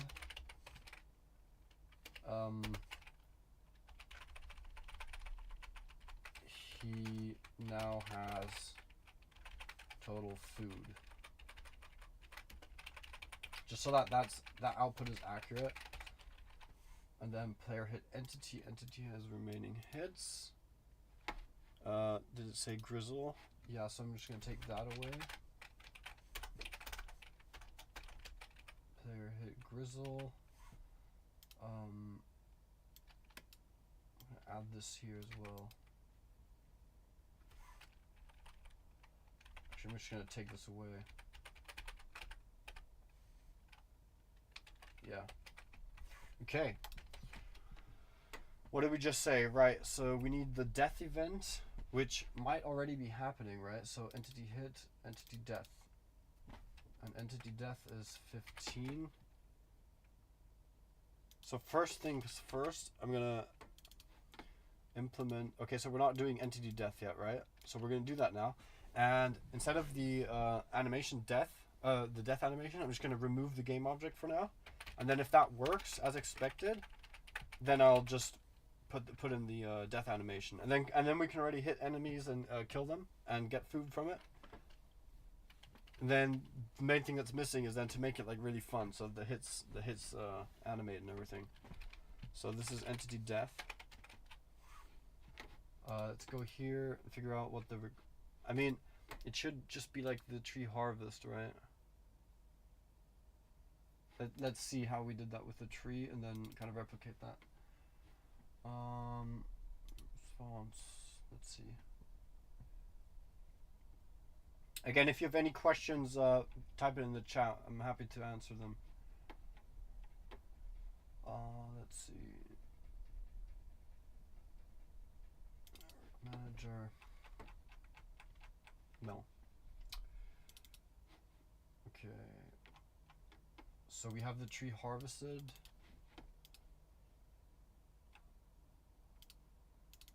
Tree harvest state update. It's called here, which is 9. And this is not 9. The tree harvest state update. Tree harvested. Am I even doing that? Tree harvested. Yeah, that's over here. So that's the equivalent to the death.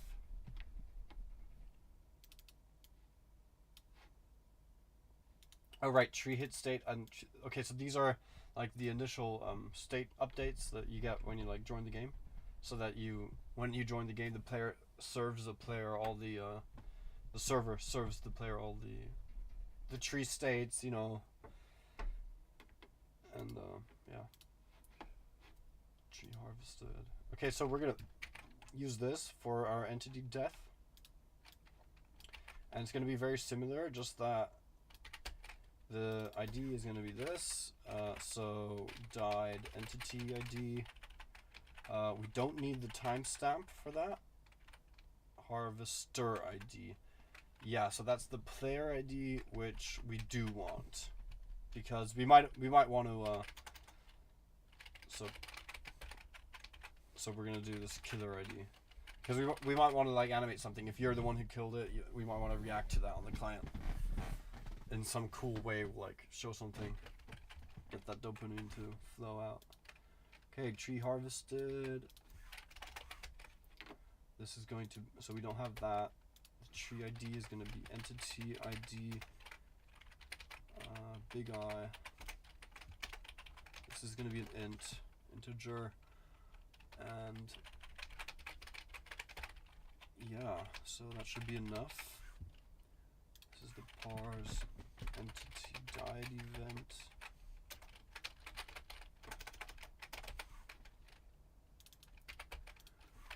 No more long here. This is an int. This is parse entity died. Okay, and our process will be a very similar processing, just that we're gonna do it on the mobs. Entity death. Okay, so you don't have that. And this is an int, and this is an entity ID. We don't have that. Died entity ID, and this is the killer ID. This is process entity death. Okay, cool. So let's implement it. So for now, this is what we did. Process entity death. Right, so what we're missing for sure over here on the server when we send the entity death. Okay, we're also sending the entity type. I forgot that, so we didn't parse that yet. We go back here, go to the parser, parse entity died. So what we missed here was the entity type, and that's get int. We parse that as an entity type. What are you saying? Oh. This is type. Oh, what are we doing here? So we're doing ID, then comes entity type, and then the player ID. So we're doing ID, entity type comes second, and then comes the player ID. Okay. And then here we have another int. No, sorry, we have entity type. And then this is the entity type. Okay. So now when processing,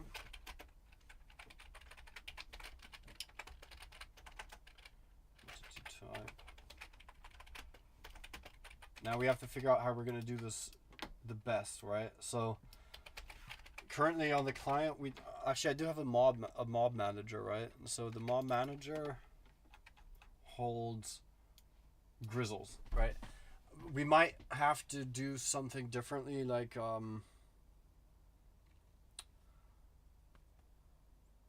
somehow hold generic components, right? That every single mob will have, which would be the health bar controller. Let's see, do we ever need the grizzle controller itself? Probably not, right? Because we're just setting the position. So the grizzle controller is going to change to a mob controller, because this is generic movement logic up until now, plus animation, of course. So this will turn into mob, to do refactor into generic mob controller,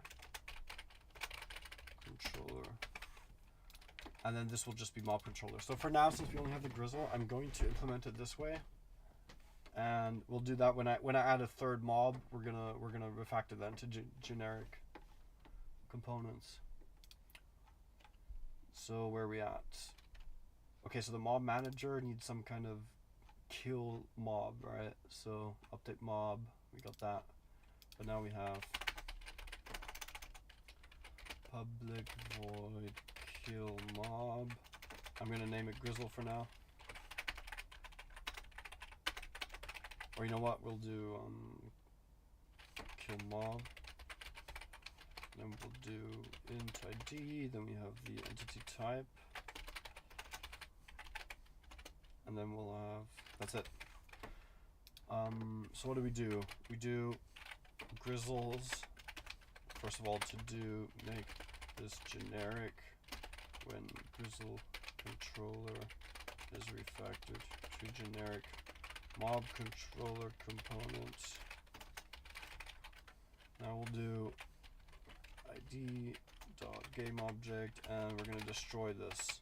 And of course, if this works, I'll instantly do the animation instead of destroying right here. So you're gonna go to the grizzle controller and then call somehow like animate death, and then that quarantine will then eventually destroy the game object. Or you know what? Actually, I should probably use an object pool at some point. So it's just gonna release the object back to the pool instead of actually destroying it. Okay, so kill mob will happen now in request processor.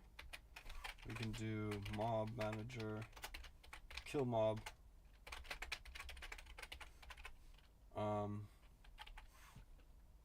Right, so we forgot the entity type here. And then this will be entity ID, entity type.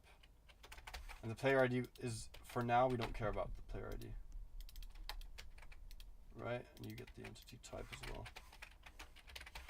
Okay, so that should be it already. We're just gonna make sure that that exists. If, actually, no, it should always exist for sure.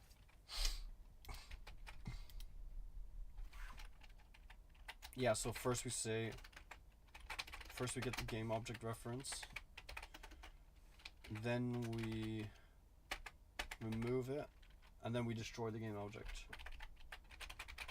And the garbage collector can clean up there. Okay. That should work. So we're going to test this, and if everything works as expected, the grizzle will be removed, and it's just going to disappear instantly.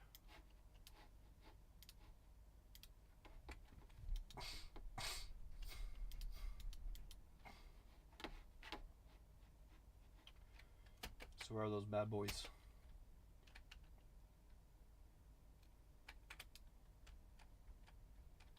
Okay, so it's not updating the bar, but yeah, I said I'm gonna fix that anyway. One remaining hit. Boom, worked. That worked. Okay, fun stuff. 1, 2, 3, 4, 5. Dead. Cool. Very fun. Should I fix the bar first or do the death animation?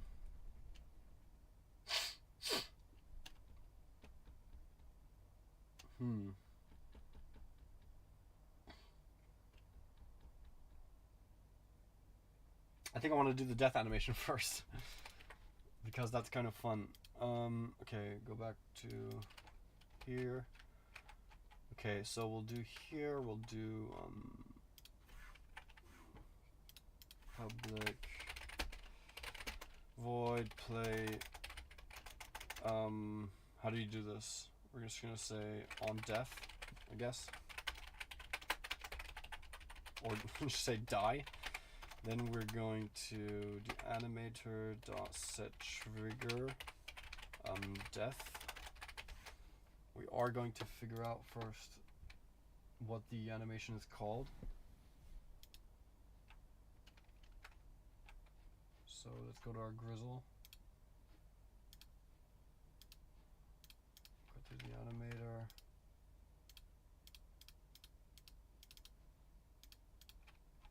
Why isn't that working?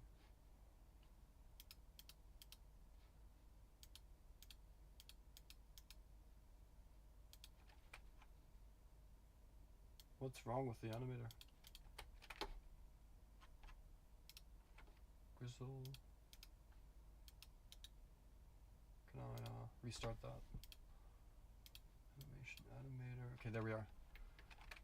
Okay, so here we have defend, take damage. Oh, cool! Take damage. I don't even know what that is. Can I see that? That's fun. Okay, I can do that. What does take damage? And then we have die here. Okay, so this should have a trigger. Conditions die. Oh, and it goes from any state. Okay, so cool. That means all I have to do is set bool die true, right? So that should be cool. And then we need to see how long does this animation take. It doesn't say it. Really? Oh, here, 1 second length, 2 seconds.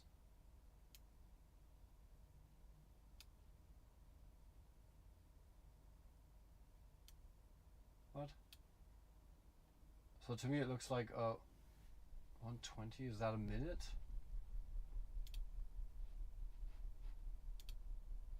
I don't even know how I can play these.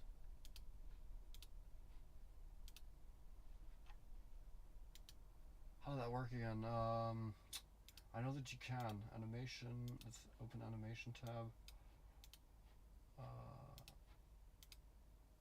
Fire attack, okay, let's see, die. Okay, cool. 120. So 130. So it takes exactly 130, right? So what we're gonna do here is we're gonna have an enumerator.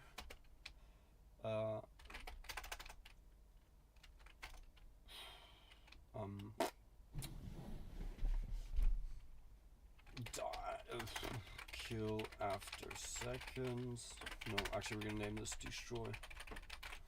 Destroy after seconds. We'll take a float.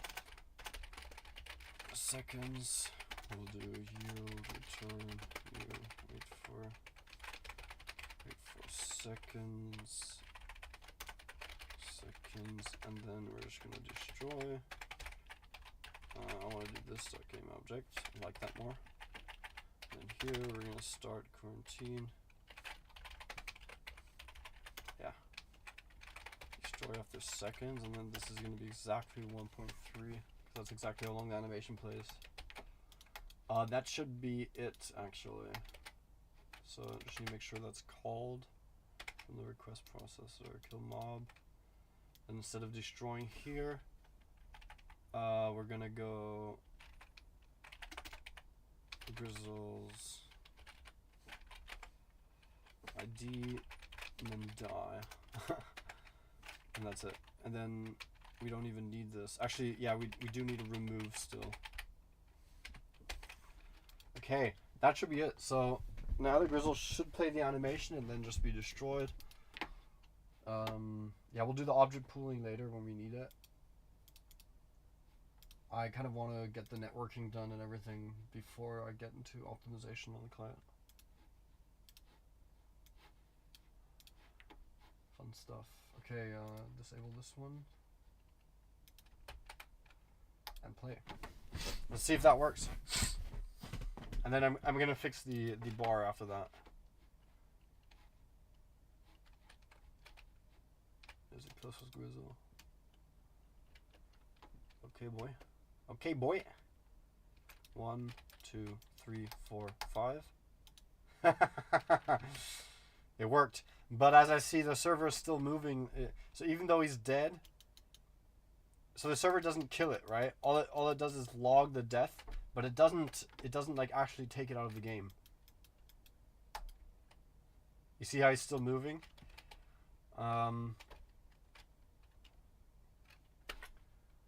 We should fix that first. So here we're in the server, and now we need, okay, let's say here, if he's death, entity death. So all we do is we actually just tell everyone about it. We don't even really react to it. Maybe that should happen here actually. So hit, if it's hit and we return true, we probably also want to say this dot collision object.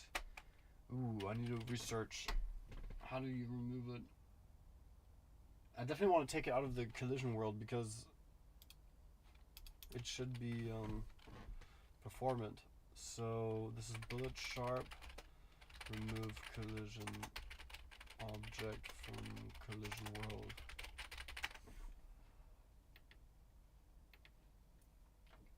Should be pretty trivial. Okay, so I think what we can do is go to, no, we don't have the region. Yes, we do have the region. So region dot collision world, remove collision object. Oh yeah, okay, and then I can just pass this collision object, right? Okay, cool, that works. So he actually takes a reference. Cool. And at that point, what I should also do is probably clean up, right? So I should say remove from entire system, right? Which means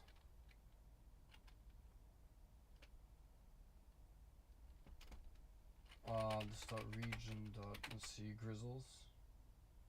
That's a list. Let me see. Okay, where do we? It doesn't seem too clean the way I'm approaching this right now. Should probably be a better way to clean up everything instead of doing it explicitly. So this is still a list.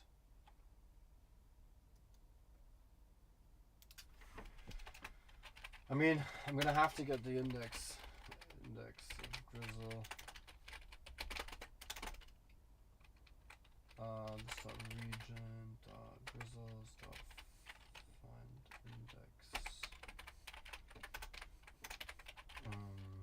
Grizzle dot ID equals to s dot ID, and then we remove at that index.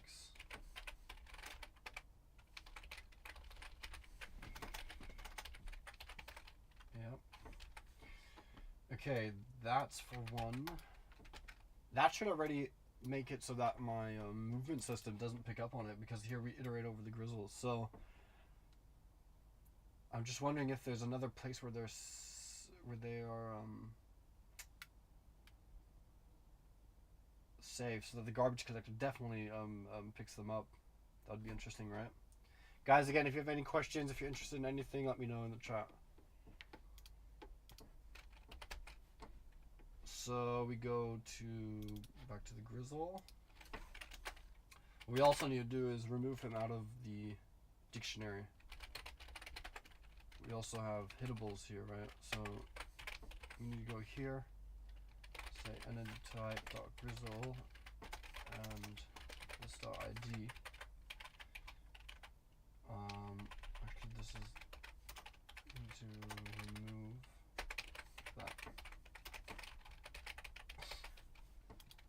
Okay, that should be it. So now the grizzle shouldn't continue moving after I've killed them. So the animation should be played now on the spot.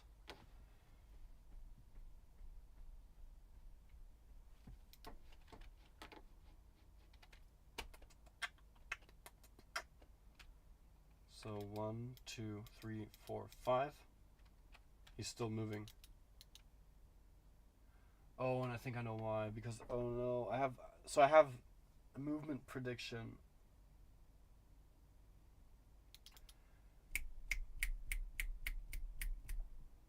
I need to. What do I got here? Index was out of range. Okay, so I actually got an error.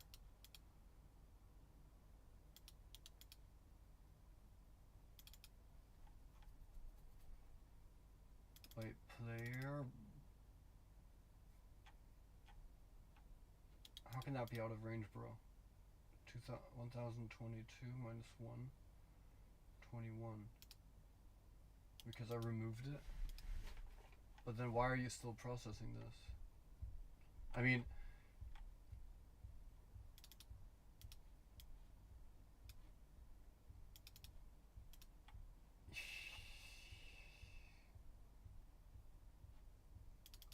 that's so stupid.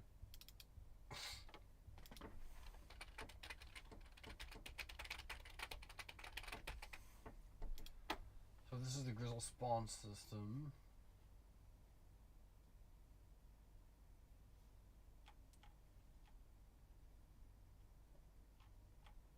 Why are you getting an error?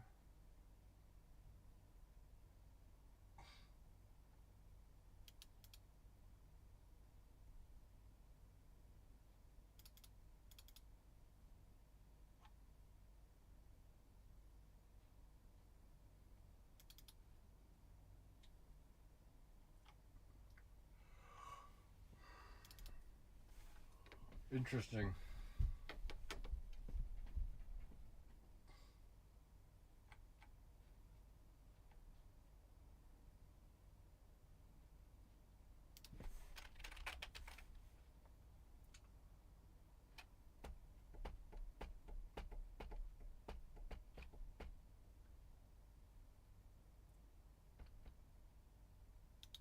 -1. Okay, so this custom callback is not really working as expected.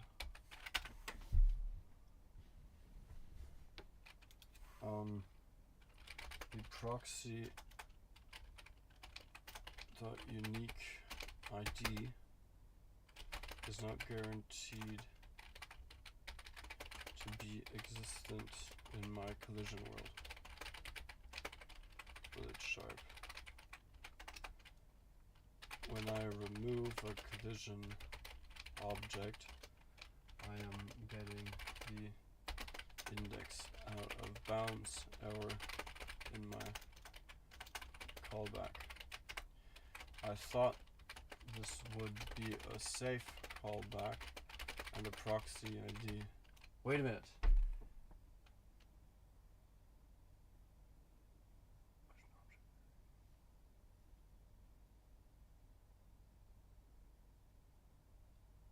Did I Did I remove it everywhere? Wait a minute. Let me see.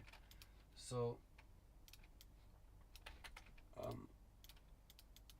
remove an object like so, because I'm removing it from the collision world in my callback. I thought that this would be a safe way to remove the collision objects from the world, but it seems that this is causing an error. Do you see any issues?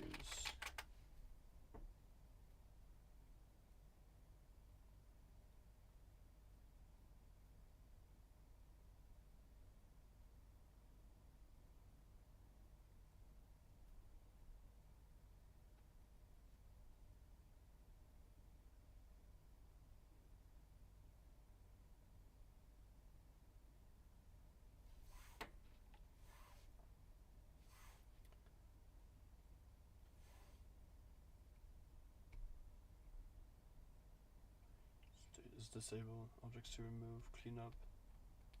Call cleanup after the simulation step. Oh my god. But I have oh my god, huh?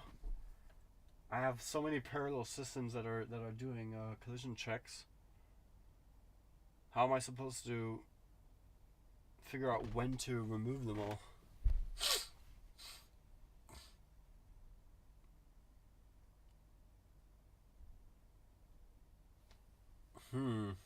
Interesting. Okay, disable simulation.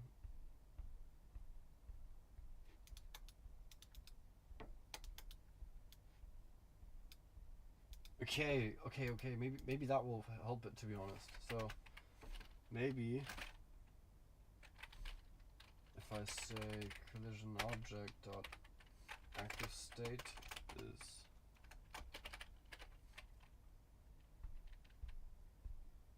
disable simulation.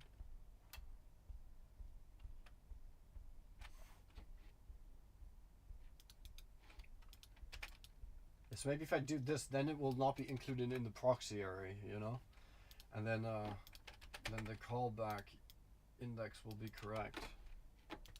So let's see if that works.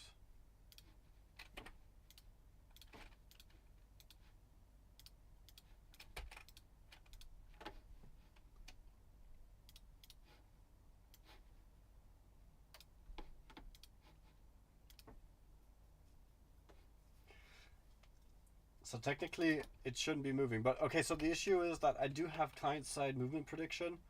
So even if I don't get updates from the server, they're gonna still be moving, as you can see there.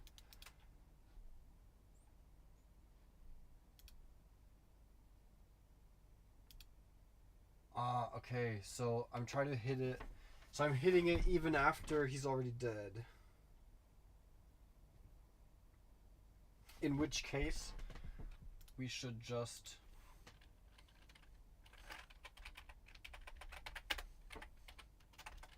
if region.hittable entities contains key this, and it doesn't, then we're just going to return and dismiss the request. That should be safe. Okay, and now we should figure out the client-side prediction, because that sucks, you know, that really sucks. First thing I'll do is completely disable it and see if that changes.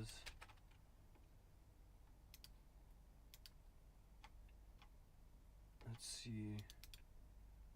So position buffer. Yeah, okay, we're going to smooth position. So target position. Position buffer.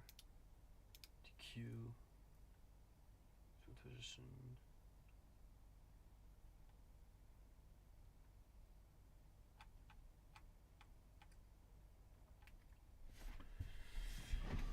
Okay, let's see.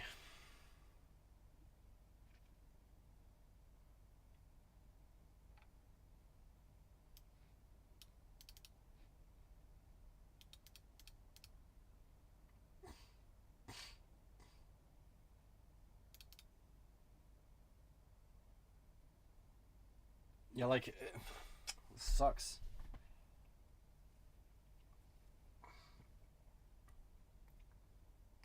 At some point he has to stop. You just have to stop, right? Moving. So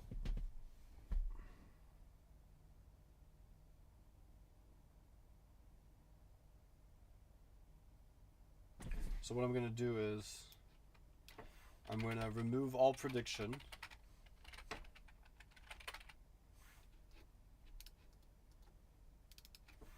And pass in the server updated position. Okay, so let's see what it looks like without client-side movement prediction. Because if I do activate it, what I'm gonna have to do then is wait. I'm just gonna write that as a to-do so I don't forget my chain of thought here. With client-side movement prediction, we will have to add a reconciliation mechanism if the last server position update is older than a given threshold. Yeah, because if we only want to predict like a few hundred milliseconds in the future. If the last server update was, let's say, half a second, or the threshold is 1 second ago, then we want to actually move back. So there will be a little bit of rubber banding. The players, the mob is going to move, and yeah, then we're like, wait, the server stopped sending the position, so we need to go a little bit back. But yeah, I need to get that all to work later. For now, I want to see how does it look without prediction altogether, and see if the movement still looks okay. Yeah, now also, even if it doesn't look too good, at least the death animation should be on the spot now. So let's see how their movement looks. If we're lucky, it looks just as good. Yeah, their movement doesn't look too bad. And now they still move a little bit. Damn, because of my interpolation probably. You know what we can do? So basically, we can have a boolean which we need is dead. It's true. Sorry, it's false. And on die, we need to say is dead is true. And then actually we can get back our prediction. All we have to do now is say if is dead, we return. So basically nothing, we don't do anything. All we care about when we're dead is that the animation is played and then the object is destroyed. I don't think there has to be anything that happens. Like, not even in the future. There's never ever when an entity is dead, never ever you're still going to be able to interact with it in any single way. So I think this should fix the issue.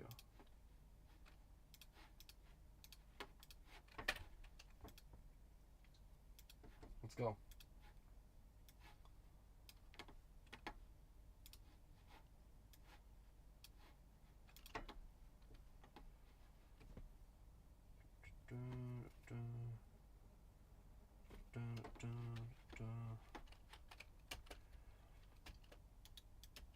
Okay, so it should stay on the spot. 1 hit remaining and dead. There you go. Amazing.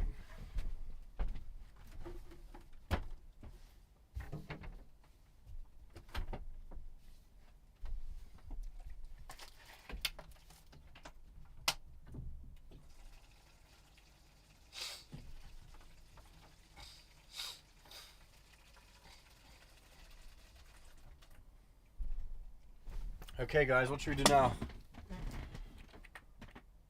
We can now kill Grizzles. Let me just play around with it a little bit before I get into the next thing.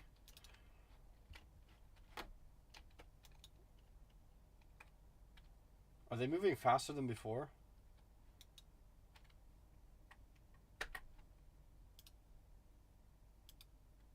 Wait, so oh, I think I have another error here. Oh yeah, okay, so they're moving faster now because they're not getting any updates.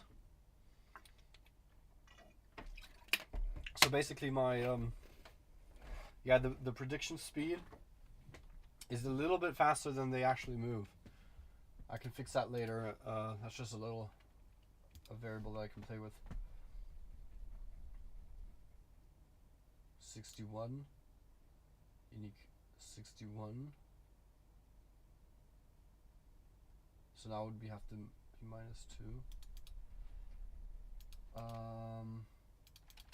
Okay, how about for now we just don't remove them at all. What we do is to do remove collision object altogether, or introduce an object pool. Leave the object pool, release collision object back to pool. So that might actually be like how do you say it? Solving two issues with one solution, because then I won't have to synchronize that across to the collision checks, and I can just release it to the pool, and it will be inside, and we'll just like put it to some crazy high position so that it doesn't interfere with any game objects, and it will be released back to the pool. So that could help. Now if I remove this, is there a different activation state that might be better here? Wants deactivation, that's interesting. Okay, so we'll just keep it at that. Now we shouldn't get any errors on the server, and we should be able to play around killing grizzles on the client. Let's kill some grizzles for now. Just make sure that things are smooth and you don't get errors, so we can move on to the next topic, which first will be fixing that bar, the health bar, so that it moves with the grizzle. That would be the most interesting.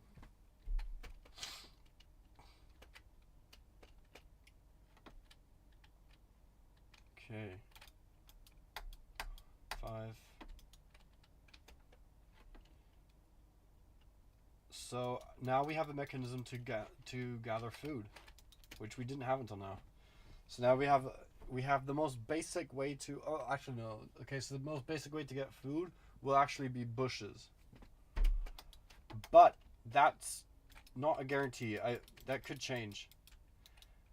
I could decide that I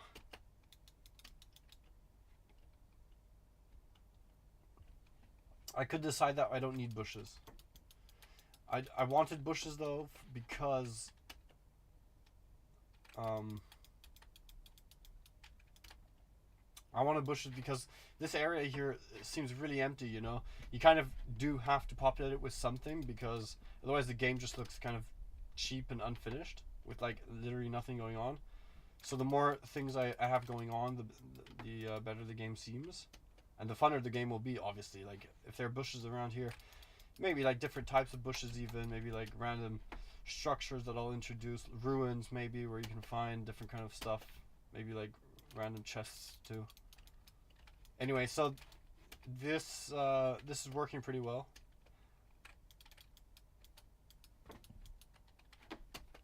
I'm getting food, the grizzles are dying,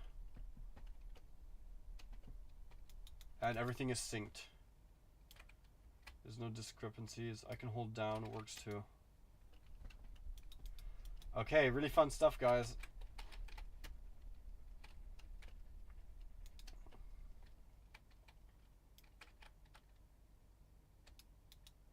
Of course, there's a lot missing on the client now. Like for one, the bar has to update its position. It also has to take the hits. We need to animate the hit on the guy. I want to know what take damage does. Oh yeah, and of course, eventually they will also have to bite and everything, you know, because otherwise these are just useless mobs. Like, if they can't even do damage to you, that'll suck. But yeah, all of that is behavior coding on the server. For now, we should just fix the client with everything that's missing. Okay, so enough playing around. That seems to work really well. Okay, first things first, we want to update the bar and have it update its position as well, right? Okay, so if we're saying focus, that's what's happening. And unfocus takes it away. So I think what we should do is update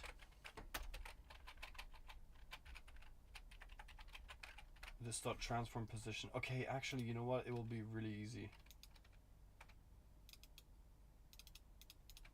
Literally all we have to do is this.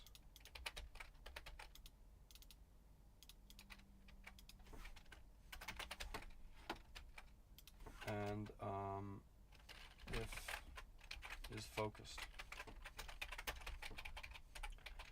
then we do this. Because, you know, I didn't need this on a tree because trees just stand still, you know? So that should be enough for that. And then, what I do think we also missed, so now the position should be fixed, right? But what we also missed is entity hit. Entity hit is here, process entity hit, and we're doing tree hit. Okay, let's see what we're doing here. Okay, see, we're not even doing anything. So, we are getting Grizzle confirmed. Okay, fine. I'm going to make sure that this is called. If it's called, then we can get into animating the hit and also updating the health bar. But what I want to make sure now is that I did fix the bar position. So the bar position shouldn't lag behind the Grizzle anymore.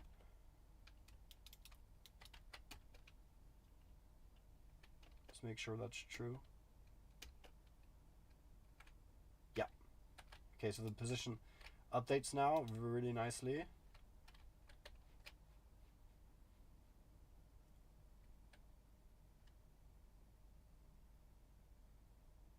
Yeah, until the distance.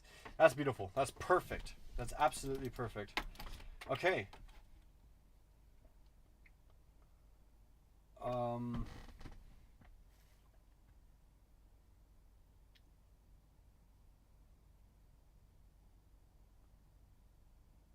Nice. Okay, what are we doing? Right, take the hit. Take the hit. Okay, let's see the log. Are we taking the hits? Walking, yes. Oh no, okay, so I have to disable this log. This is not interesting at all. Not walking. Okay, just rejoin. Make sure that we're taking the hit.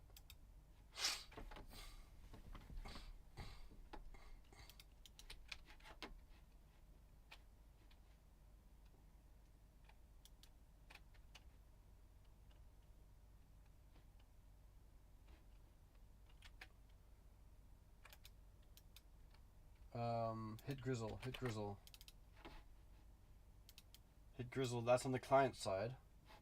But we're not getting the message from the server. So what I wanted to test is not working. Entity hit is 22. Let's check on the server. Request processor. Process hit mob request. Then we're doing entity hit, which is 16, which should turn into 22. We're doing hits entity type.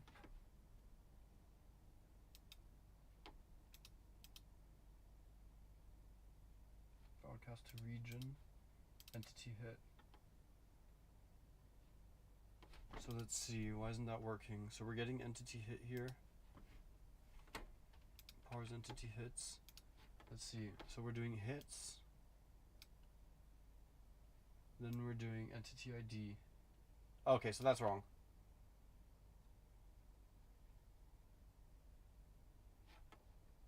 Oh, I forgot to send the ID here.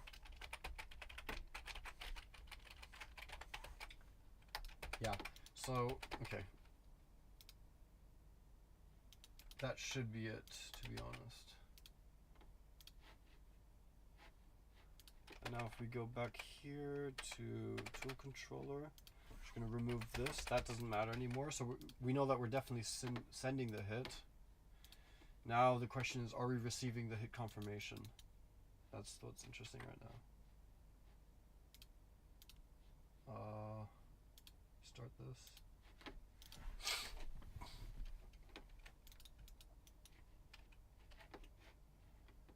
Where are the grizzles? Oh yeah, so the grizzles are all moving away.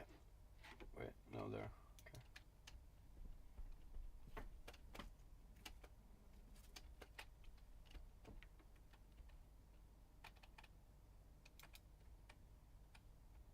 Grizzle hit confirmed. Okay, cool.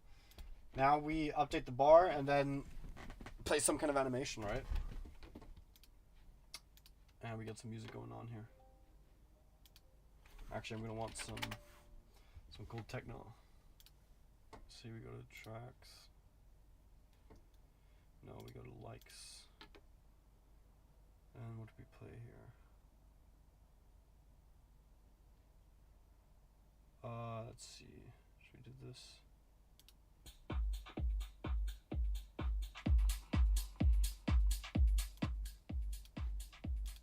Okay.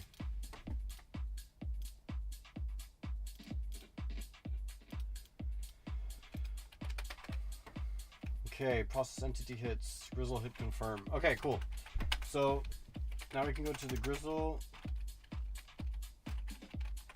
No, sorry. Where are we here? Request processor? Okay, then mob manager. No, instance. What do we got here? Grizzles. Yeah, so I don't think we implemented anything for that yet.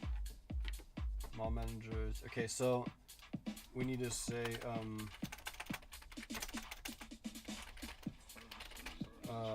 hit mob.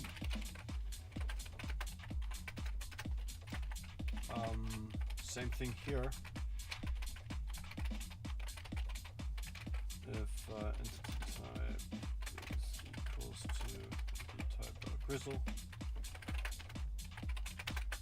then we go to grizzles ID, take damage. No, we're gonna say the components health bar controller dot take damage. Let's see. That should work, right? Yeah. Take damage 1 hit. Do I actually send the... Uh-oh. Oh, I do send the hit amount. Okay. If we have the hit amount... Entity hits, entity hits. Okay, so here we need to take hit mob. And then we do want to send pass the hits as well. So hits tree ID, which we have to rename. Hit entity type. This is entity ID. To actually call it mob ID, but who cares? Okay, and then here we need, what was it? Int hit count. And then that's our take it. This we're actually going to rename to take hits, not take damage. Because like if you have maybe like a sword, I'll be doing like say 3 hits instead of 1. So that should update the bar. Let's make sure that that works.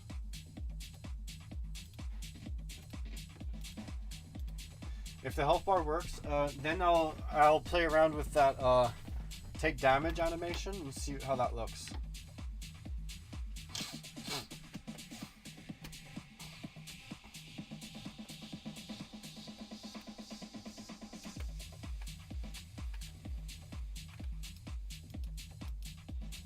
Nice.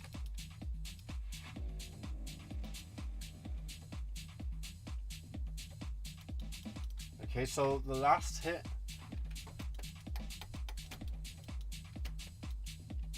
So when I die, it has to deactivate the thing.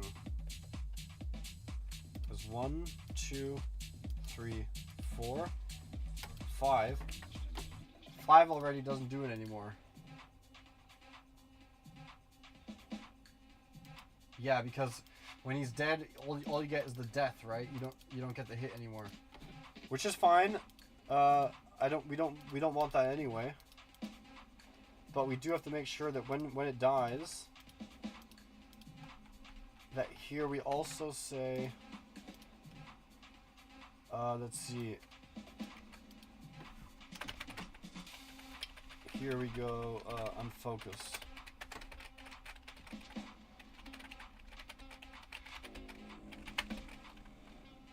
I think that would be good and enough.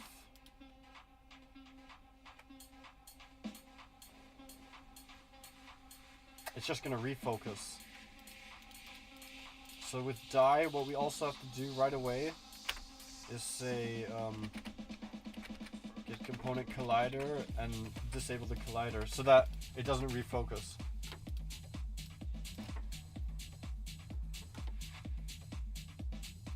Okay, that should fix the issue that the last hit doesn't show up. So the last hit should just disable the health bar, and then we just see the animation.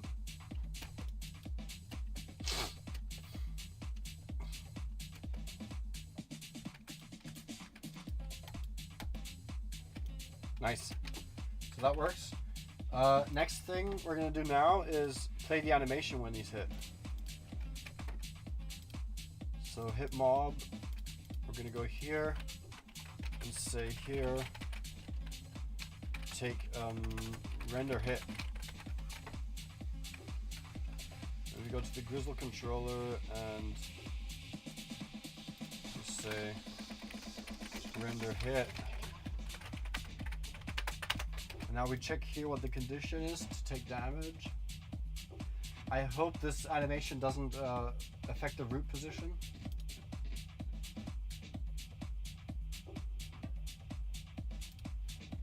Okay, so the condition is take damage, which will be a boolean. So all we do here is animator dot set bool, or set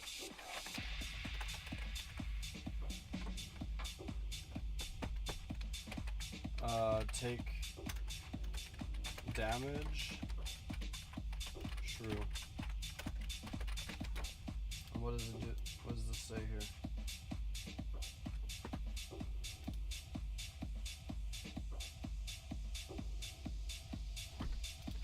So I'm hoping that when it goes back to idle, that it will then automatically here be go back to forward.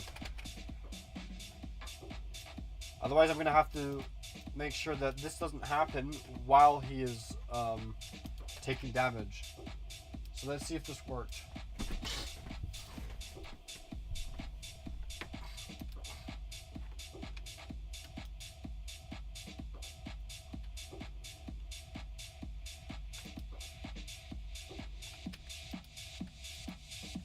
Okay, so I think the animation state, or wait, did I call it yet? Render hit is here, take hits. Yeah, so I think the animation state is being overwritten. So what we need to do is, first I'm going to check out what the animation even looks like.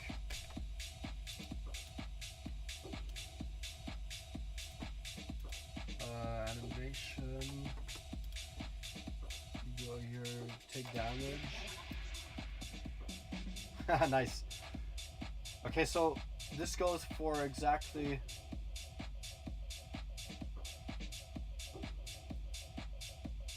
I'm guessing that's how much is this? That's 250 milliseconds, right? So for 250 milliseconds, I'm gonna have to disable this here. Or you know what? Actually, I'll do better. I'm gonna say if is walking and animator.get bool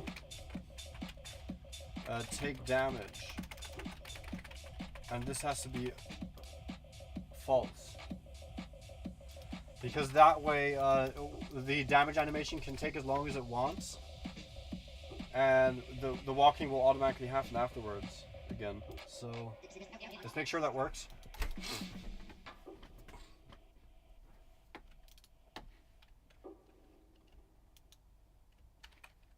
You disable that beginning grizzle.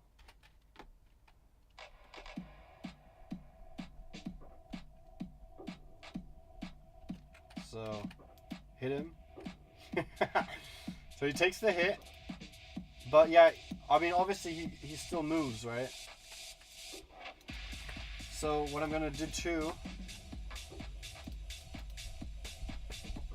technically the server should stop him moving while he's taking the hit, I think. But I'm actually gonna move this up here. And then after the hit, he is gonna move a little bit faster. So this might be kind of awkward, to be honest. I have to say, or animators will take damage. This might be a bit awkward because he's gonna like speed up after the damage was taken. Let's see how that looks.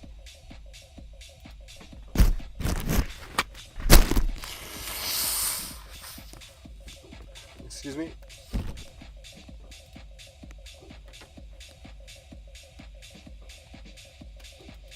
Okay, so he's gonna stop, take the hit.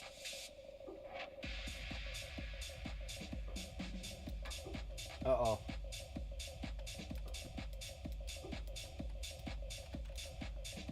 So that didn't work. And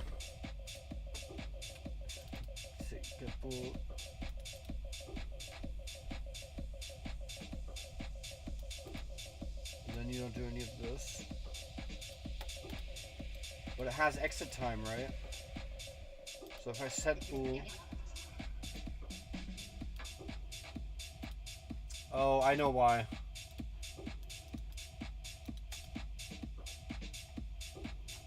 So I shouldn't do get bool, I should do get. I should do like whatever the current animator state is. Yeah, it's probably gonna be that.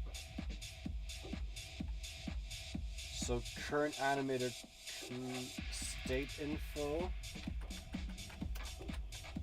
And then let's see what it has here. Does name match the name of the active state in the state machine? And then here, this will be take damage. And then what do you want? Layer index. Okay, so we're only working with the first layer, I think.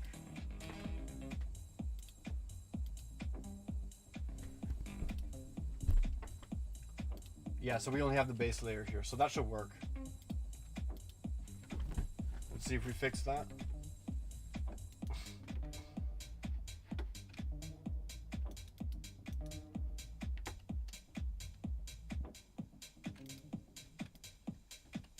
He's not playing it.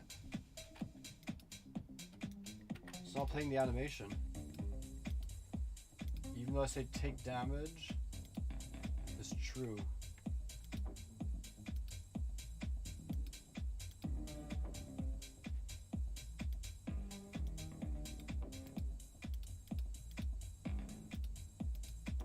How do I know if it's a trigger or a bool?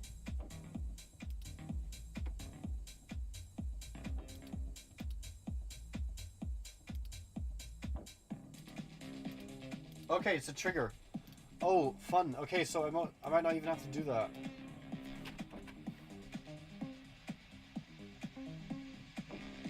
So wait, first of all we set trigger.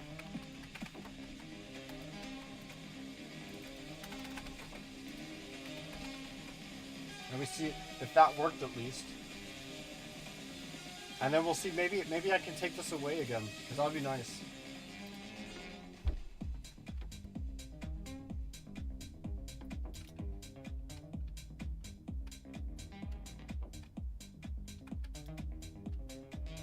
It's not playing it.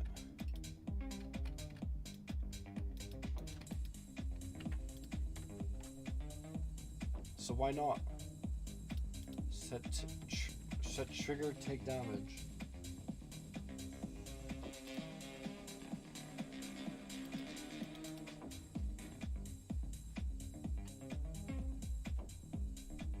Take damage. Oh, so this has to be like that.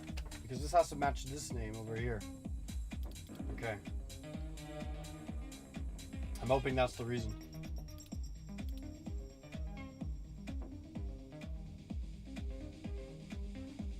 Okay, let's see.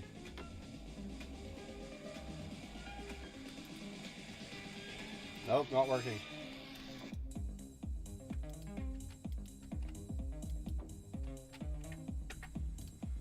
Why isn't this working? Okay, let's see. Take damage.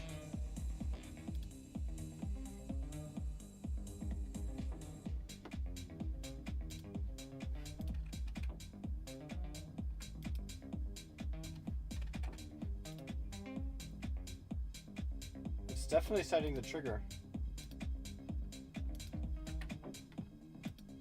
Take damage. Middle walking.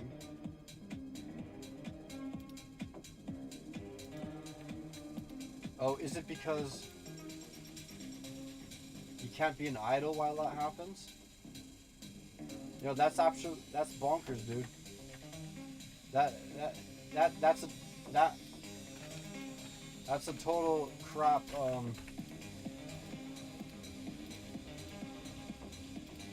That's not a good setup.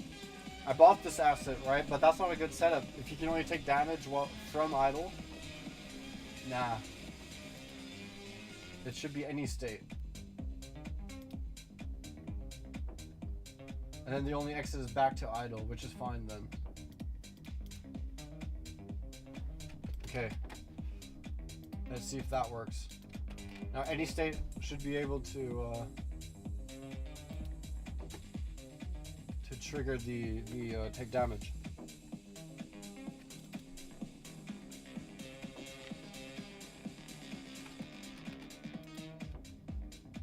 Shit.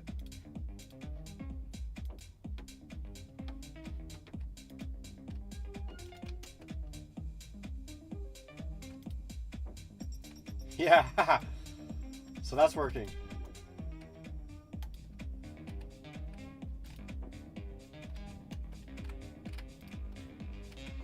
Okay, now I want to test. Okay, we got that working. Now I want to test if this is necessary. Or if we do, certainly. I'm hoping that take damage is kind of like a dominant animation state. And even if we set the bool walk forward, that it won't override the damage animation. That would be cool. Otherwise I have to, like, you know, handle all of these different states.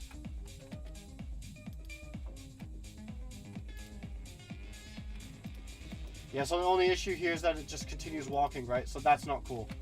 So we're gonna need that. Yeah, we're gonna need it. Okay, cool. So that works. Yeah, fun stuff. I'll be right back, guys. I need to go to the toilet. If you got any questions, type it in chat.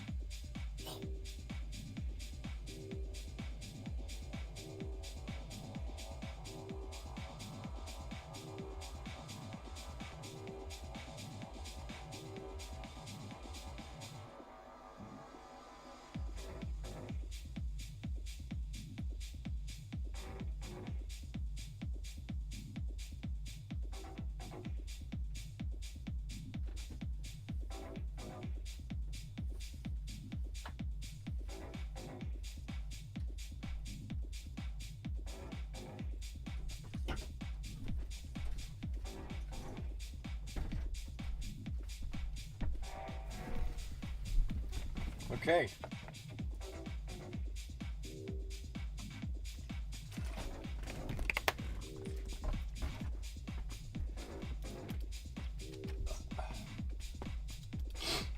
What else should we do? Maybe, okay, I think first of all, take damage has to be a lot faster, so I'm going to double the speed of that.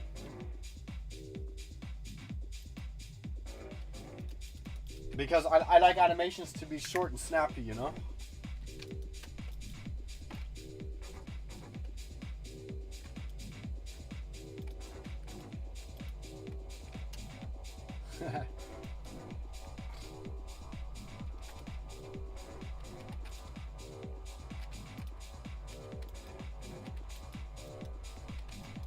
Yeah, and we're definitely going to need to like spawn particles and do all this funny stuff to make it reactive, you know? Responsive.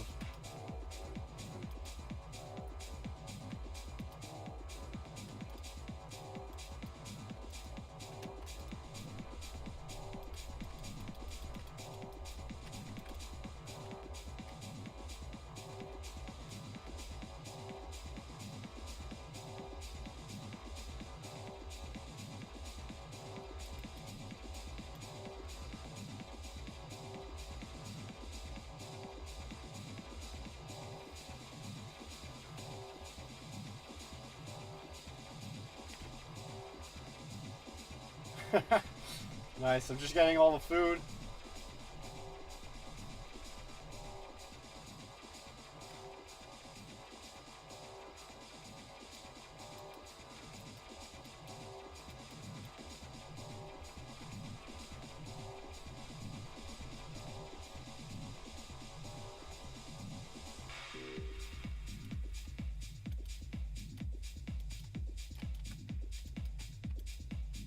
Okay.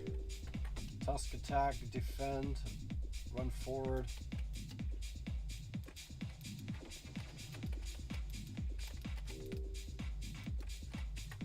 Okay. And of course, like a big thing that's missing from this game is absolutely sound. Sound just like, it just triples the immersiveness of the game, so that's going to be a big topic at some point.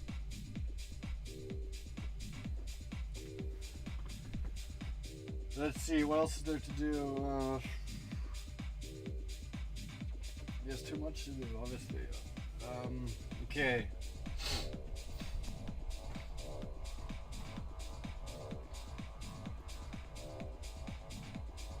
Should we do biting? I mean, my player doesn't even have health yet, so the interesting part is going to be when we spawn the villagers in the town center. And then the Grizzles attack them, right? That's gonna be when the real fun starts, and you can like build farms and everything. And then you have like towers and stuff like that.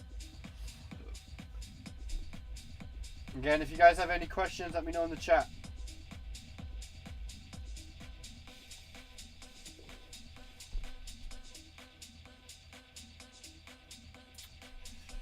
Okay.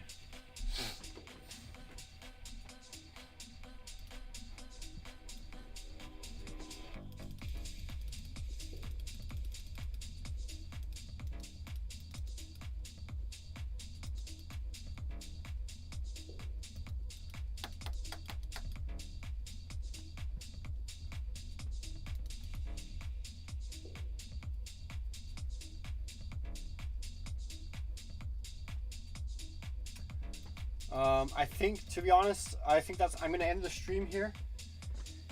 Today's Sunday, tomorrow's work, and I made a lot of progress today. I think that was pretty good. I think what I'm going to do next is like make sure that the server pushes back the enemy a little bit when you hit them, so that there's a little bit of a pushback. What else?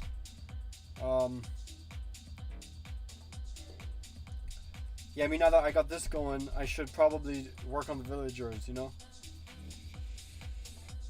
Okay, guys, that was fun stream. I'm going to say bye for now. See you next time.